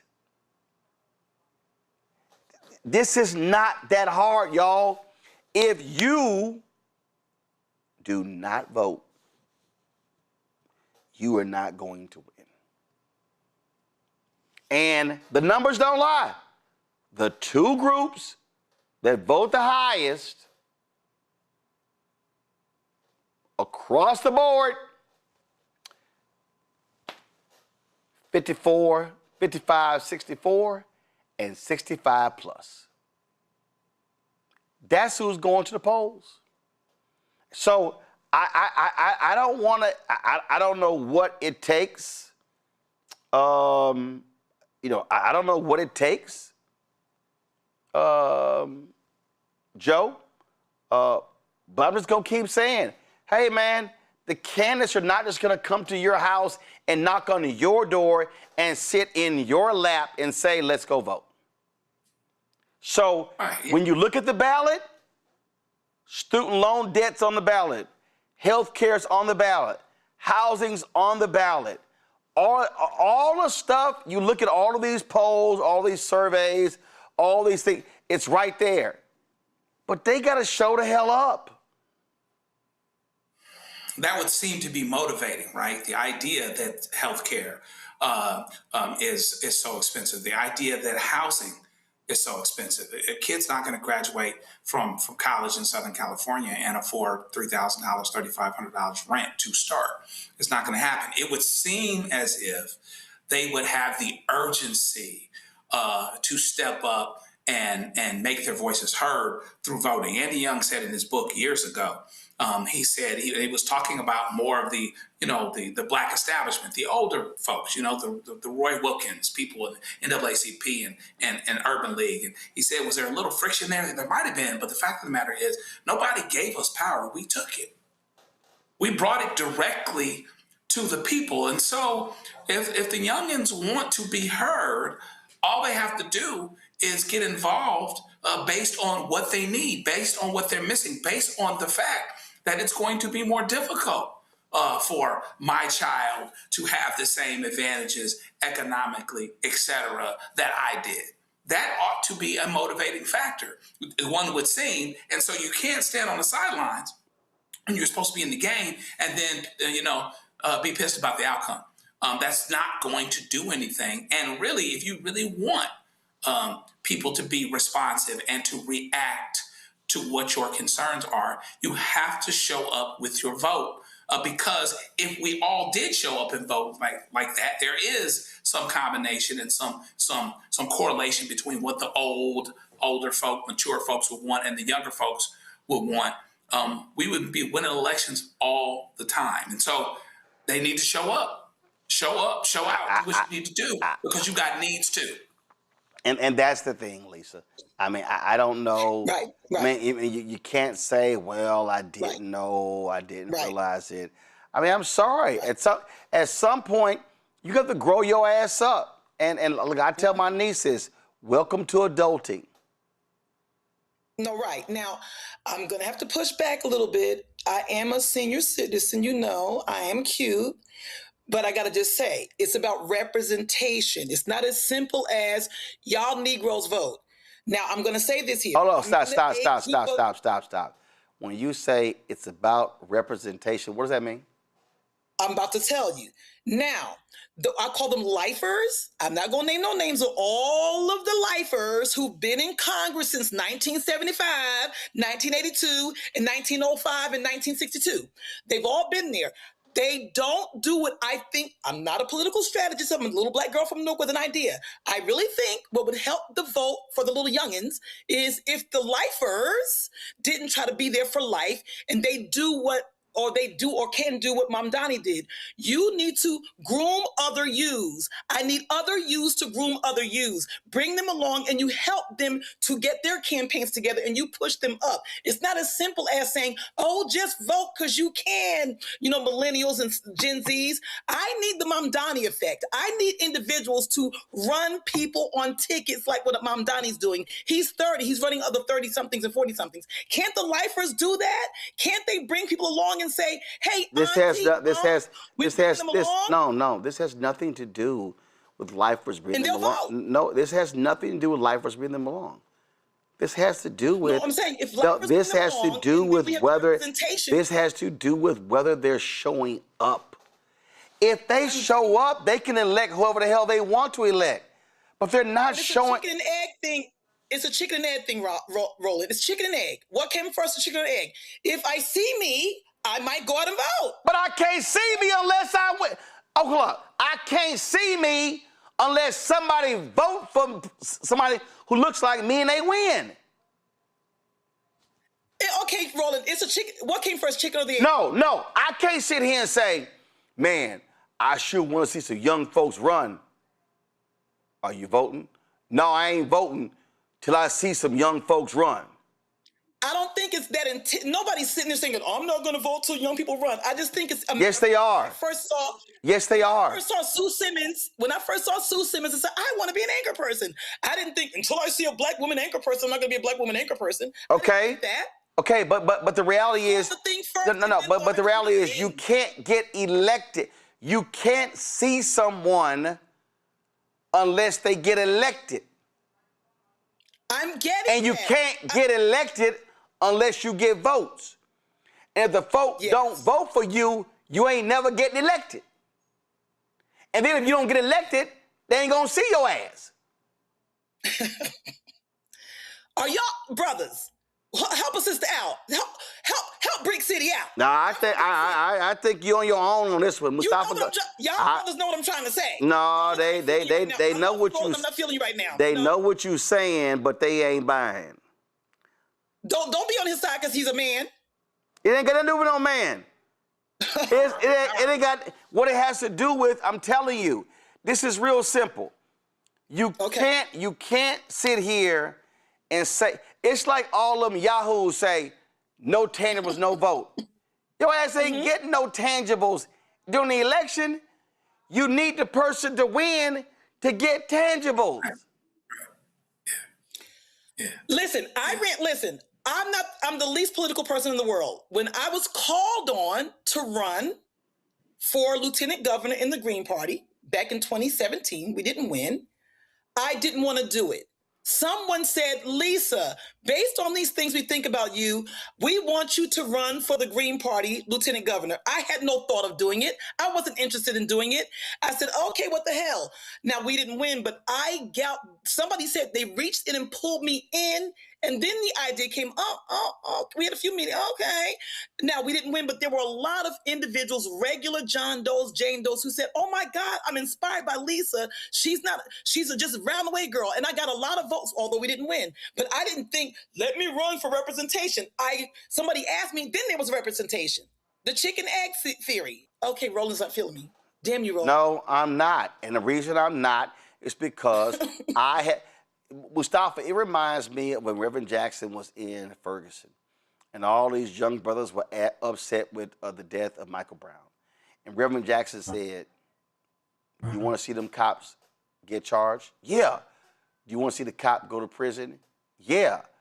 Would you love to be on that jury to convict? Yeah.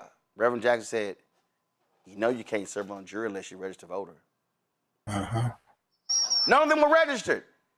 So it's like the brother doing after the death of George Floyd. Man, the politicians ain't nothing. They ain't gonna change. I'm gonna march. If your ass is marching and you don't vote, all your ass is doing is taking a walk. Yeah. I mean, it's real. You know, I like to use myself for a real world example. So I work with all kinds of young people all across this country, some outside the country. So we'll focus on the ones here. I'm always encouraging them when they tell me that they, are not appreciating what they're seeing. There's impacts that are happening. I'm like, well, you got to run. You got to run for office yourself. It doesn't mean you got to run for congressman or senator. Start, on the local level, and then as you build your portfolio, you can move up. So I do think that it's important for us to encourage young people to run for office. But of course, you got to vote. You got to get registered to be able to do that. The other part of it is that younger people, especially the groups that you just mentioned, are going to be facing a different set of challenges along with some of the traditional challenges because our economy is changing so rapidly, jobs are disappearing, and younger people need to be playing a role in framing out these new sets of opportunities that are going to be in front of them. And if you are not, voting, if you are not a part of the process, then somebody else is going to be making some decisions, and more than likely they won't be beneficial to you. We can flip this same conversation to brothers who are on the corner who are deciding not to vote. And I have the exact same conversation with them. If you want something to change, then you should run for office, because often you'll hear people say, well, I don't want to vote for that Democrat or that Republican or maybe even that independent. First thing I say is, why don't you or somebody who you have respect for get them to run, and then you get engaged and make sure that you're voting and getting other people registered, so forth and so on.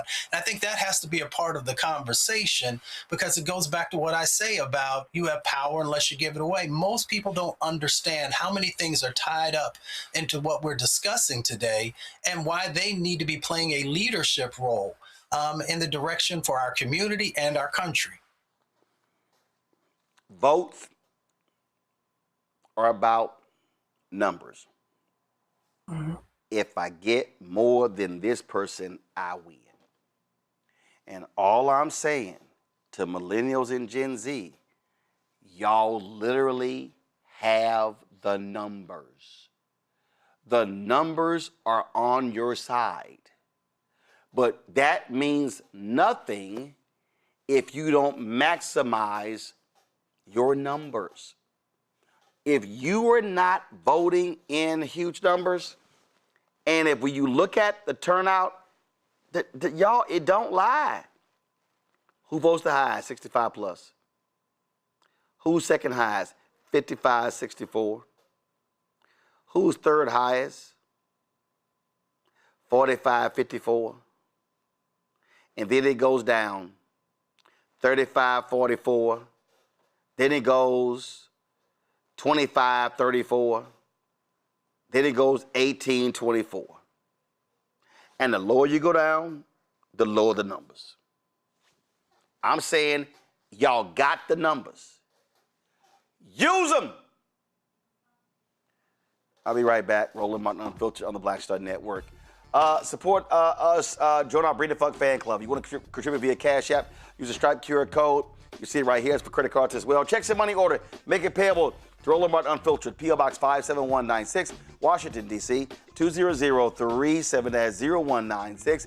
PayPal's R Martin Unfiltered, Venmo RM Unfiltered, Zelle, Roland at RolandSMartin.com, Roland at RolandMartinUnfiltered.com. We'll be right back. All right, folks, let me get personal for a second. My mom had questions about her Medicare, so she called Chapter, a Medicare advisory company, and she texted me right after saying it's a great benefit. It was easy. A real person walked her through the whole thing, and now she understands better what's going on. But it's not just her.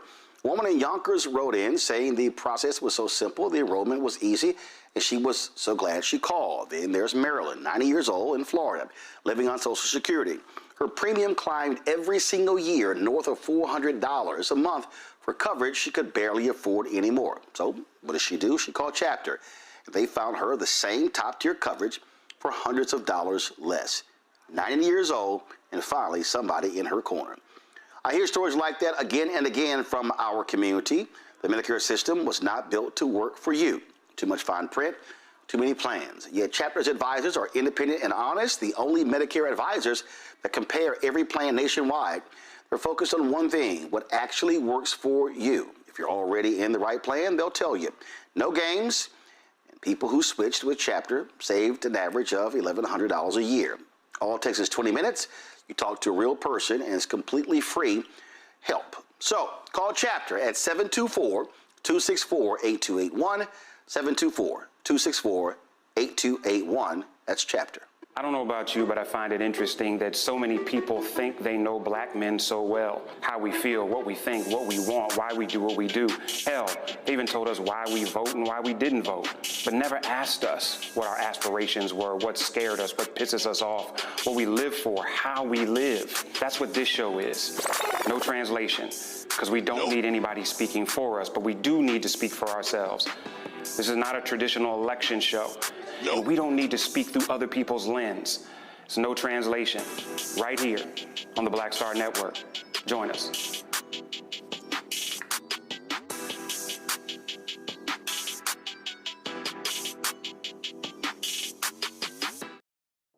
Hi, I'm Swing Cash, Basketball Hall of Famer, and you're watching Black Star Network.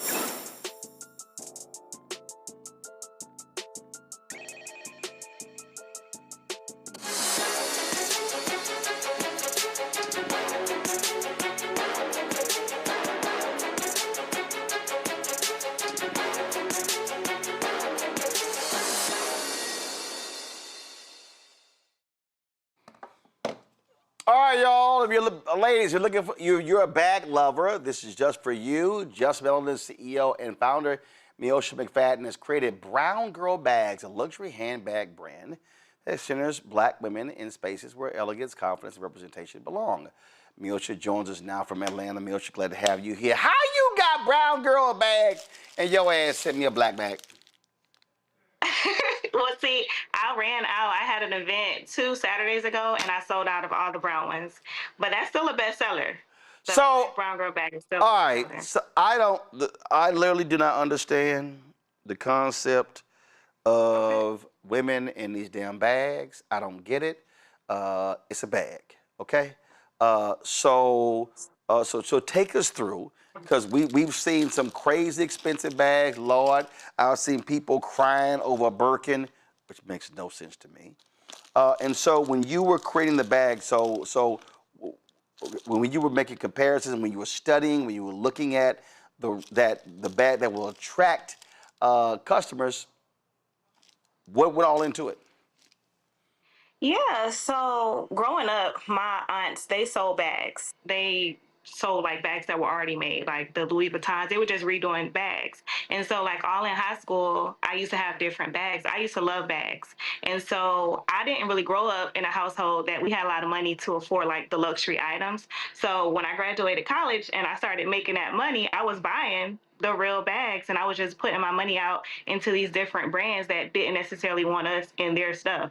So my whole goal was to start a brand that represented us, represented Black women, allowing us to feel stylish, feminine, and bold and confident.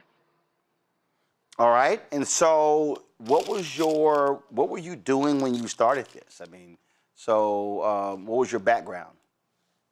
So a little bit about myself. I do a lot of things. So I'm a licensed therapist. I'm a hairstylist.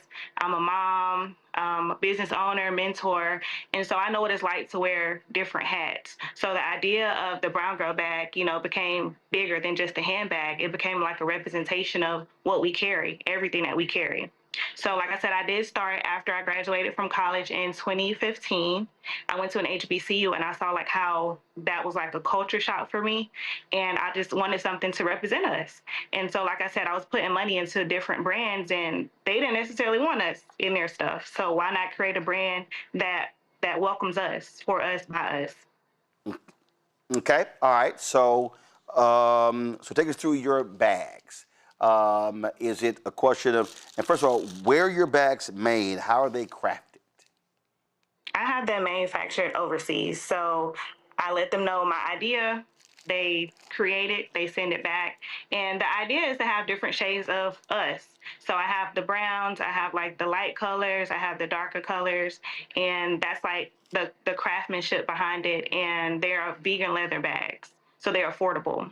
Vegan leather bags. Okay. All right. Gotcha. Do you have bags for meat lovers? I mean, I like meat. So, all right. Just check. Question for the panel. Lisa, you first. What's the T on my bag, sis? What's the T? I got a P.O. box number. I'll give you one. I'll give you one. And like I said, they my tagline, every time someone buys a bag, they say, I love my brown girl bag, because I look at it as not just a bag. Like I said, it's a representation of everything that we have to carry. It's a statement piece. It speaks before you even get to. Absolutely. And I wanted to ask, an important question since we're talking. When you started your business right around the crux of the whole, the tariffs and yada, yada, yada, yada. So what happened when all the tariff BS jumped the hell off? What happened to the manufacturing and your price point and all of that? It was definitely a lot. Like I said, I didn't come from like the background where I had a lot of money to invest in luxury. And so my whole goal was to make it affordable luxury. So around that time when everything happened, like my business, like the money that I poured in it, it was a terrible point. And so it was moments where I wondered, why am I really doing this? But when I was like I used to go to different colleges popping up, and I used to see a student, with the bags, and then it reminded me of why I started. So a lot of times when I'm like crashing down, I just remember, my why. I love that. Do you think there's somebody an American manufacturer who you can use, whether they're black or white? Do you have any American manufacturers you looked into where you won't have to worry about getting things from overseas, Japan, China, wherever? Is there such a thing as that? Since they're not leather. It is, but a lot of them, the price point is higher than what it is overseas. So if that's the case, I would have to go up on what I'm charging. I've said that. I've said that for a very long time. That people, when they always say, "Can you make it in the country?" I'm like, "Yeah, but are you going to pay the higher price?" I mean, that's just the bottom line. That when it comes to it. Joe. Yeah. Congratulations on what it is that you're doing. A couple questions: are there different sizes? And talk about the different purposes too. Could I use dumb question? Could I use this bag at the supermarket? Could I use it as a carry-on? I imagine that I could on a plane, things like that. Tell me about the uses that you contemplate for the bags. Yeah, well, see, for me, I love that you can dress it up, you can dress it down, you can take it to brunch. It just depends on, what you're comfortable with. A lot of people don't want to carry a really big bag if they're like going to like an elegant dinner, but I do have a smaller version. It's not necessarily crafted big, like boxy. I have like a smaller, like shoulder bag. So, you can take it to work, travel, you can really just make it your own. Because like I said, I want it to be a representation of everything that we are. My goal is to definitely branch out and get different sizes and different colors. But like I said, when everything started with the tariffs, it kind of put me back 10 steps. So I'm trying to build back up. Mustafa. Congratulations on all the success so far. I'm curious, what does 2027 look like for you and your business? That's a great question. I guess it's always hard for me because I envision what I wanted it to be by now, because I started in 2024. So I was saying like in the next 2 years, I'll see my bag on celebrities. I'll see my bag on the screen. It'll be big, but it's not there yet, but that's still always the goal. I want it to be more awareness on it. I want the little girls to see it and see this bag is for me. You know, I want it to be like a big thing because, like I said, I'm a mentor. So like even when I go into the schools, it's always bullying on skin color, you know, who's lighter than the next, you know, it's a lot. So my bag is like for all of that, to pull all that together and to remind you that you're confident no matter, you know, what. So I hope it can be like worldwide to where little girls can see it and know that the bag is for them. So, you know, they can see it from a bigger perspective. Thank you.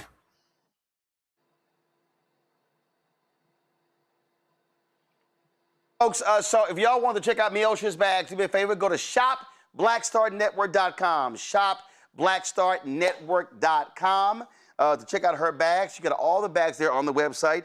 And so if you go to shopblackstarnetwork.com, you can check them out. And you can, of course, support Brown Girl bags. That's right. Even though I got a black one right here. Brown Girl bag. And so y'all can check it all out by going to shopblackstarnetwork.com. Shopblackstarnetwork.com. Miosha, we appreciate it. Thanks a lot. No problem. Thanks for having me. All right. Give me 1 second, folks. We have been covering, looking at what's happening in the Florida races. And I'm checking something right now. And I don't see this here. So we told you that initially we said numbers were coming in at 8 o'clock. Yo, I just made a phone call and they said AP called it. I have not seen. Do me a favor, Keenan, Carol, I need you to check the AP wire to see if they've actually called this race in Florida. Yo, if they call this race in Florida,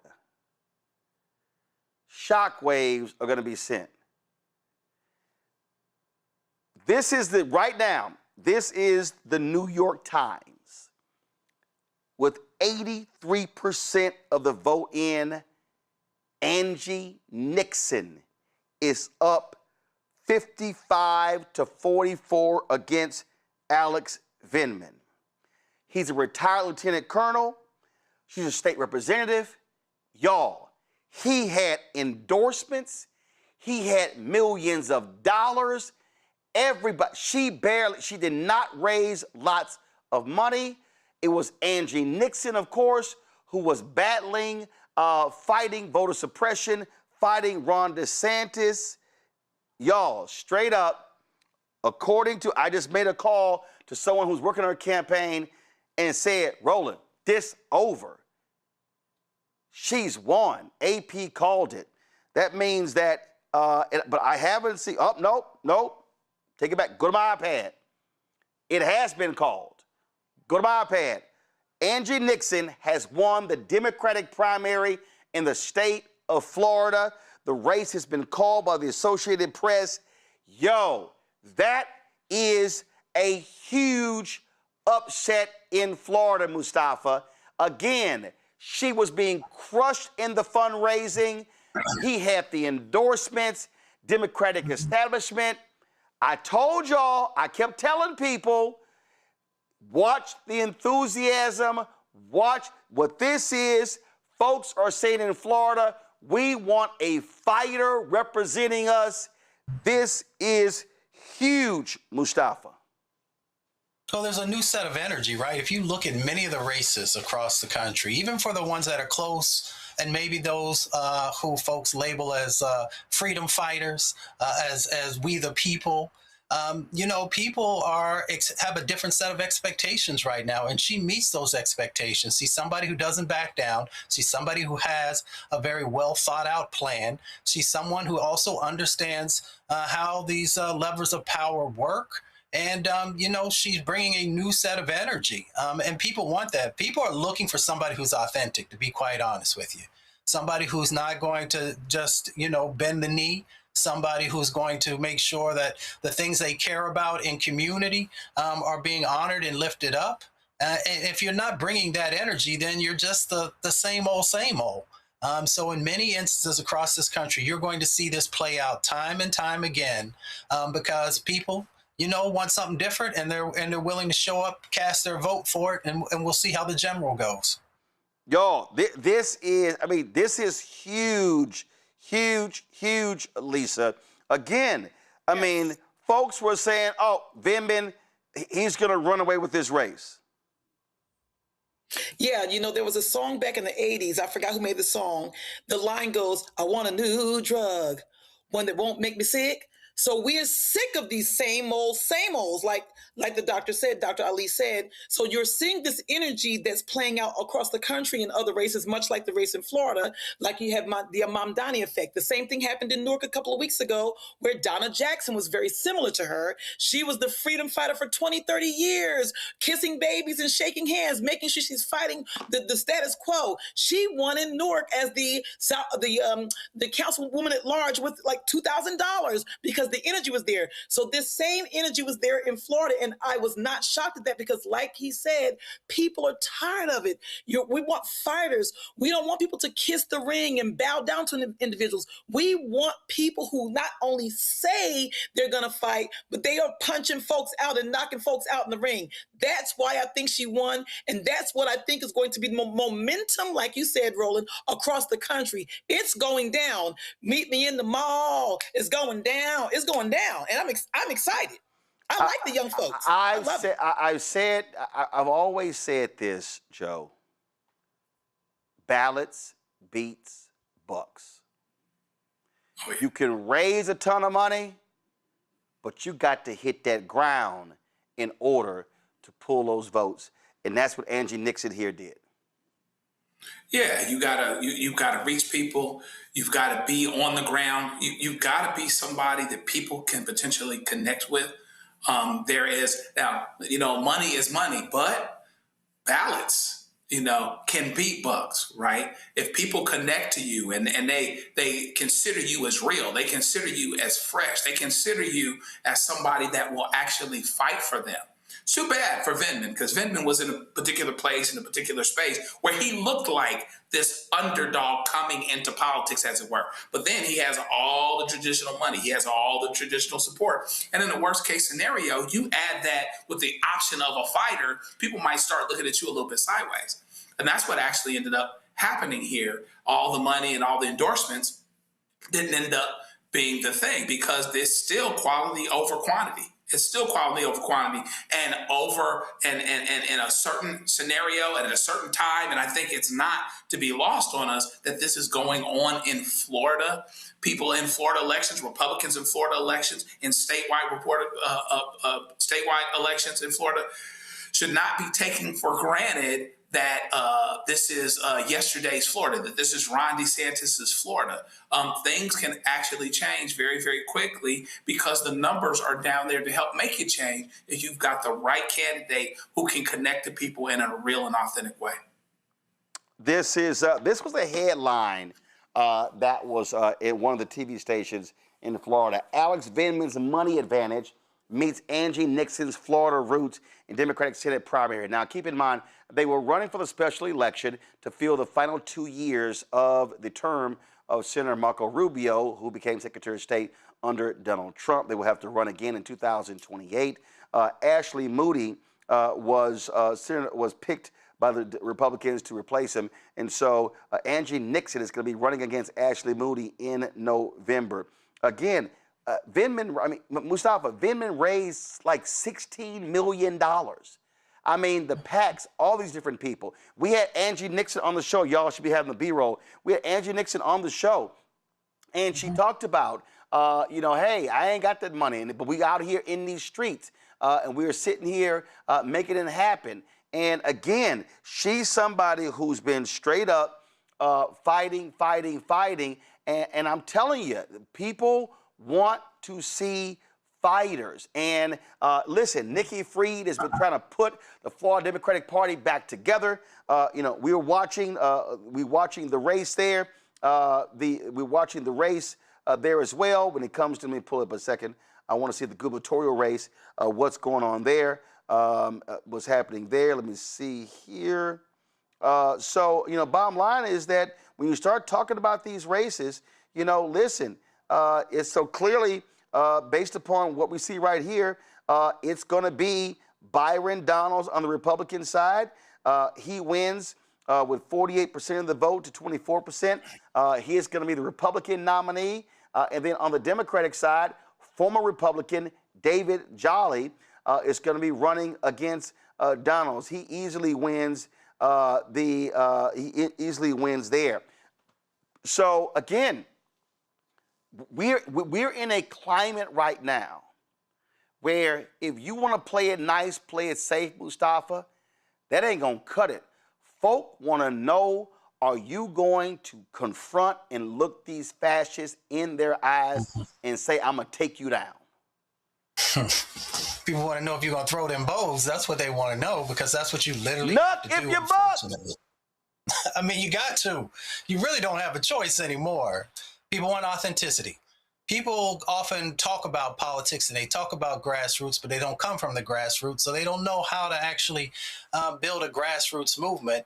You know, we were blessed to have her on the show. She actually understands what that looks like, building those strong coalitions, because I've often said, and I've seen it numerous times, that the power of people will beat the power of money every time, if you are organized and if people show up and if people understand that they have power. And she was able to translate that. She was not able to just translate it, but she was able to make sure that people actually felt it, because people can see it and they can hear it. But if they don't touch it and then feel it, then, you know, often it does not translate into the fullness of what it could be. So to see that transpire just reinvigorates so many people across the country who sometimes give up or think that my voice doesn't matter or my vote doesn't matter. She made people understand that, yes, it does. And if you give me that vote, I won't let you down. I'll get in there, I'll swing, I'll work when there's opportunities to work, you know, in a fashion with other types of folks, maybe across the aisle, if that's something that shows up. But if not, I'm not going to, you know, I'm not going to fall backwards on what my values and priorities are for the people whom I serve. So that's good. The other one, you know, that's going to be an interesting race with Byron Donaldson and then Jolly on the other side of the equation, because it's going to be a very, very tight race. Florida could look very different in the next set of months. So folks should really take a deep look at the candidates and figure out whom best represents what you want the future of Florida to look like. And then I hope folks across the country will do the same thing and ask themselves, what do you want America to look like? And how do you want America to play a more positive role in your life, in your community? Well, Lisa, bottom line is they've been talking about, again, when you look at Florida, Republicans have been doing well. Dominating. But guess what? There are massive issues in Florida. People are selling their homes. They got insurance issues. I mean, Ron DeSantis has not been running the state well, and this could be. I mean, I'm talking about a blue tsunami. And again, we keep saying it's about boots on the ground. It's about investing in the ground. In those special elections, Republicans were winning some of those, but by very tight margins. When Nikki Fried has been on here numerous times saying, hey, National Democrats, put money in this state. We can turn this thing around. And so it's going to be really interesting with Jolly on the gubernatorial side, Nixon on the Senate side, in terms of how they can really, really drum up enthusiasm in the state. Yeah, I think this is a strike while the iron's hot moment in politics, especially around the country. And we mentioned last week, I think I forgot what the segment was, Roland, and I said, you know, I asked the guests, you know, what's your ground game like? You know, I'm always asking politicians, what's your ground game like? And, you know, if they don't have the answer, they don't have a ground game. Angie Dixon had a ground game, and it wasn't just about, you know, the usual kiss the babies, fry some chicken, and hand out flyers. She really meant to listen to the people to see what they wanted to do. And also, she's not afraid to fight, like we're all saying, because, you know, they talk about, you know, the usual thing, you know, when they go low, we go high. I love that. Cute, cute, cute, cute, cute. But no, when they go low, she goes to hell with them. She's not scared of them. She's not playing with them. She's not going into any direction other than what the people want. She looks at that as, you are my boss. I mean, she never said the words, but that's how she's moving. That's her attitude. And I am so glad that I'm seeing this potential tsunami, this potential blue tsunami. I'm so energized and excited because for a long time, Florida has been wilding out on people, going hard in the paint to make sure that they keep you down. And now we're at this moment where we're going to flip the script on y'all's asses, and y'all ain't gonna know where the blue went, as they say, where the blue went, where the red went, where the blue went. So I'm really interested, and I'm gonna be keeping up to see exactly how this is working. And once that momentum is set, you can't catch them now. I don't think they can be caught. It's going down. Not only that, how many times have y'all heard me say every vote matters? We had State Senator Chevron Jones on to yesterday. He is running against Kendrick Meek Jr., the son of former Congressman Kendrick Meek, also Oliver Gilbert, Miami-Dade Commissioner. Y'all, look how close this is. With 93% of the ballots cast, 93% of the ballot cast, Oliver Gilbert is up by about 1,200 votes. 1,200 votes, 18,766 to 17,510. Just a total of 54,000 votes cast in that election. That is to replace Congresswoman Frederica Wilson. And so that's a battle right there of Omega and Alpha. One of the few times Omega is winning over an Alpha. But that's what's happening right there. And so we'll see in terms of what the outstanding votes are. But looks like Oliver Gilbert, with up 2 points, could eke this victory out. And again, perfect example. We said all the time, every vote matters. Folks, that's it for us. We're going to have more coverage on tomorrow's show. Let me thank Mustafa, Lisa, and Joe for being here. I certainly appreciate it. Thank you so very much. Folks, if you want to, of course, support the work that we do, join our Bring the Funk fan club. It's critically important that you support what we do because we don't have millionaires and billionaires cutting us checks. We ain't got Fortune 500 companies cutting us checks. We do this for the people. We cover the stuff that matters. And so your support is critically important. For Cash App, use the Stripe QR code. You see it right here. That QR code is for credit cards as well. Checks and money order, make it payable to Roland Martin Unfiltered. P.O. Box 57196, Washington, D.C. 20037-0196. PayPal's R. Martin Unfiltered, Venmo RM Unfiltered, Zelle, Roland at RolandSMartin.com, Roland at RolandMartinUnfiltered.com. Download the Black Star Network app, Apple phone, Android phone, Apple TV, Android TV, Roku, Amazon Fire TV, Samsung Smart TV. Be sure to get our Roland Martin Unfiltered swag on Black Star Network swag by going to shop.blackstarnetwork.com. You see all of our great T-shirts with our American 250 shirts. I got our quotes on it, our Robert Patillo flamethrower shirt, and Don't Blame Me, I voted for the Black Woman shirt as well. Shop.blackstarnetwork.com. Every product that you see in our studio, these are all Black-owned companies. When you buy products from them, you are supporting this network. You're supporting them. And so go to shop.blackstarnetwork.com to peruse all of these products by going to our marketplace segment. Download the app, fan base. Follow me at Roland S. Martin. Folks, that's it. And also, shout out, of course, Jamel Hill sent me this. She sent me 2 shirts. One is black, one is white. I think I'm going to have the black one on tomorrow. Support Black journalists. And so, Jamel, I certainly appreciate it. Thanks a lot for this shirt. Folks, that's it. I'm going to see y'all tomorrow right here, Roland Martin Unfiltered on the Black Star Network.